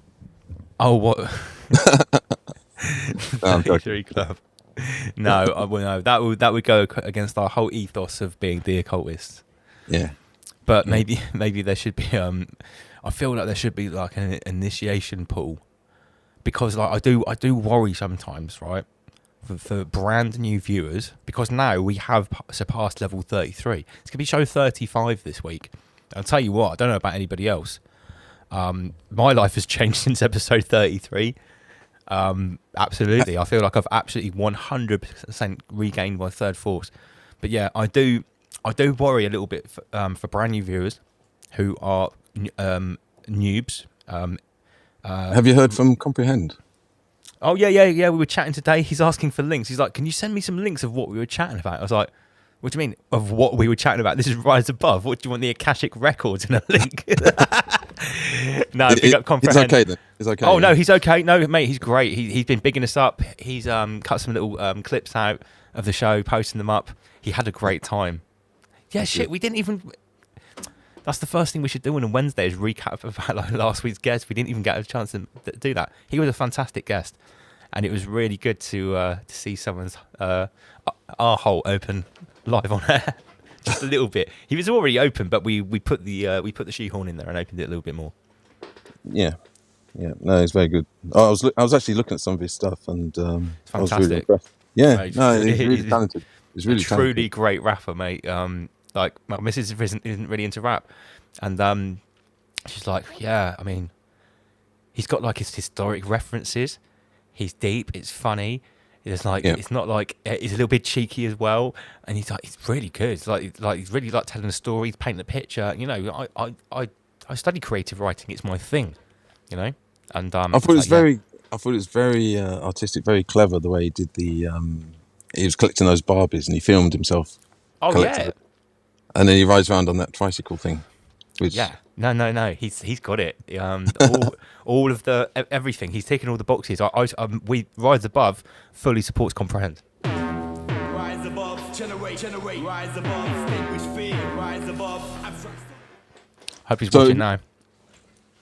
Yeah. I recommend everybody go to his channel and check out his stuff. It's Comprehend is the number one new UK rapper. He's not new. He's back on the scene. He took a little break for a couple of years, but he's back for the bang. Have you got anybody else lined up to visit us? Well, we have. We've got Cotty, who's a grime producer, MC, dubstep as well. He Magix knows all people in that music scene, and there's a couple we want to come on because we were talking about today. 2 other podcasts have popped up. Maestro, Mize Diggy, who is an absolutely legendary UK hip hop artist, old school generation, original veteran Don. He's popped up this year with his podcast, and I caught him talking about the Trivium and the Quadrivium, and I was like, wow, okay, great. Other people are talking about this. Yeah. And then there's also Wariko, who is a very well-known, excellent grime MC from Nottingham, and he's started a new podcast called the We're Not Lying Show. And like the first episode, I looked at it. It looks sick. Yeah. Totally fully professional. There's in a proper studio. He's rapping on the intro. It is absolutely fresh, totally professional. And I messaged him straight away. I was like, I'm instantly impressed by this. You've caught my attention straight away. You know, I'm watching. So and Magix knows him. He has sent Magix has sent him some of my earlier videos, so he knows my stuff. So I at the moment, I do want to concentrate on trying to get people from the entertainment industry, the music scene. Not necessarily. Well, I think you're going to see lots of I don't know how to describe it. People from the entertainment industry that are closet occultists that are going to suddenly appear. It's like when one goes, then others step up. Once the mutiny starts, I should imagine Rise Above is probably the catalyst for this type of thing as well. I hope so. I always said this show was never meant to be a show about me. It was supposed to be a table, and it's also supposed to be a magnetic centre. I tell you what, the magnetic centre that I've created, like my phone is still going off now with people sending me 33. Just be quiet. I can't even process all the information that's coming, which in a way is good. Yeah. In other ways, it's not so great for me in my personal life. Well, I did give a warning that once you create the correct triad, that you then evoke magnetism. Yeah, mate, So that's something that happened. something that may appear to be difficult to achieve. That's purely because there's no magnetism involved with that. You're literally having to kind of force things to happen. Well, when you've got the triads involved in the correct way, then you'll start to evoke magnetism, where the realm starts working for you and with you, as within, so without. You become the cause. You become the cause, not the effect. Fully activated, mate. Yeah, which is that's the I have foundation of been the a inner little guardian. bit overwhelmed by it, to be honest. Yeah, that's the foundation of the inner guardians. I realised it a couple of years ago that for the most part, most people are just the effect in their life. They're not the cause, and that can actually be changed, and it's lawful. It's right to change that. Yeah, At least address the balance, because if you're not careful, you just become a complete victim of the realm. And that's not rising above. Yeah, and that's what the dark cultures have done. They've hidden the knowledge from the peasants, the plebs, whatever they call them. Yep. Chickens. We're actually meant. Our real purpose is that we're meant to be gardeners. We're meant to be farmers in this realm. Absolutely. We've got some comments on the screen, right? Sure. I was talking about getting people on, and people are talking about getting on Jumping Jack Frost. Now, he is an old school legendary drum and bass producer and DJ. I've already called this guy out on Facebook. He's pro-Coviet. He was making posts about, it's so nice to be finally allowed out to have my first pint, and he, all this. And I said, don't support being a cuck to this. And I called him out. No reply. Well, apparently he's been stirring the race pot in the last couple of days as well, so I don't think he'll be coming on. I would happily come on and take him to task and tell him what I think of him, but I don't really think that's great viewing for everyone, because I think this guy's an agent, to be honest. That's what I think of him. For anyone, if anyone is sprouting pro-Coviet stuff in one sentence, and then in the next sentence when we switch to BLM Summer is stirring that, I would be highly suspect of any people, especially in the public eye, that are acting like that. They're probably trying to score brownie points, in my opinion. Yeah, well, there's lots of contradictions going on. I've forgotten his name now. The guest that you had before, Slim. Terror Slim, yeah. I mean, he's hit the nail on the head quite a few times with regards to, spotting all the time. Spotting the contradictions in what people say and what they do, and flip-flopping. People that claim to be these social justice warriors or uber compassionate types that are out for the good of everyone, well, they seem to be noticeably silent when the ultimate threat is presented. Some of them seem to be siding with the ultimate threat and helping to enforce it, collaborating with it, and trying to make excuses for it. So yeah, I mean, I've had the same, and I've seen the same in my own industry, which is protection, and I've been called out, saying that I shouldn't mix my personal opinions with business matters on social media. This is aimed at Facebook, because that's really the only social media that I use. And well, my business is personal protection, and as far as I'm concerned, this is the greatest existential threat in recent history. So I'm not actually mixing business with my opinions. I'm using my business and my opinions in context with personal protection. Now, but as a personal protection specialist, your job is to use your opinion to identify threats, isn't it? Yeah. I mean, I've said this so many times. I've been so disappointed in all these personal protection gurus that haven't spotted anything that's doesn't appear to be as it should be in the last 18 months. Yeah, I keep going to say last year, but it's what is it? 18 months now. It's Almost. 18 months. 18 months into the Soviet Union now. People are saying get guidance on. He's great. He made the anti spearing tune that got banned. He is great. Other people are saying about Mr. Traumatic. Now, Mr. Traumatic, this Welsh rapper, I used to really, I do still think he's all right, but he blocked me on Facebook because I called him out for being a hypocrite. He was always going on about smoking high grade weed, and he grows the best high grade weed. And then in the next something happened to him, and then he was like, "Oh no, you're all smoking genetically modified weed. I don't." And I was like, "Mate, what the fuck are you talking about? Like, you think some scientist is genetically modifying your weed what under a microscope? I was like, you mental? It's someone in a greenhouse, cross pollinating seeds." I was like, "You're off your head." And then he blocked me, and yeah. So I don't think Mr. Traumatic will come on the show, unfortunately. Sorry, I just had to address that because a couple of people have asked about that, but he's already blocked me on Facebook. So that's a no, unfortunately. Well, there'll be plenty of others that will come on. No, we've. If you build it, they will come. Yeah, if you build the ark, they can survive the flood. Oh well, look at that. So we're actually up to 59 minutes. I said it's going to be a 1 hour chat tonight, and I'm actually quite pleased. I think we've covered everything. We had to have this halfway point before episode 35 because a lot of stuff we've covered tonight about what's happened earlier in the week. We are going to cover this again on Friday, but we're going to go a little bit deeper on it, and obviously I've got all the slides and everything as well. No other real agenda for Friday. It still is officially a Rise Above Light, yeah.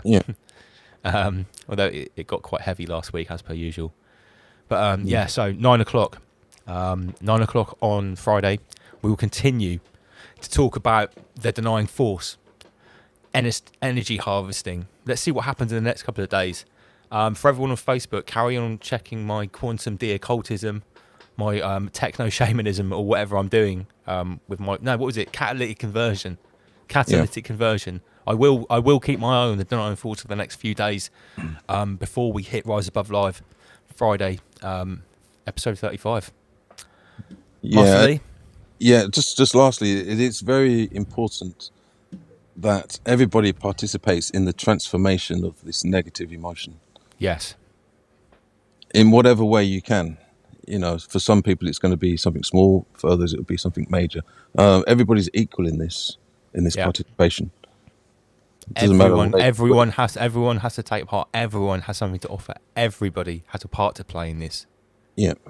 There's nobody's coming to save us. No, there is nobody coming to save us. There are no white hats. There's nothing like that. It's us. Yep. It's all us. Rise above, everybody. Rise above. Rise above.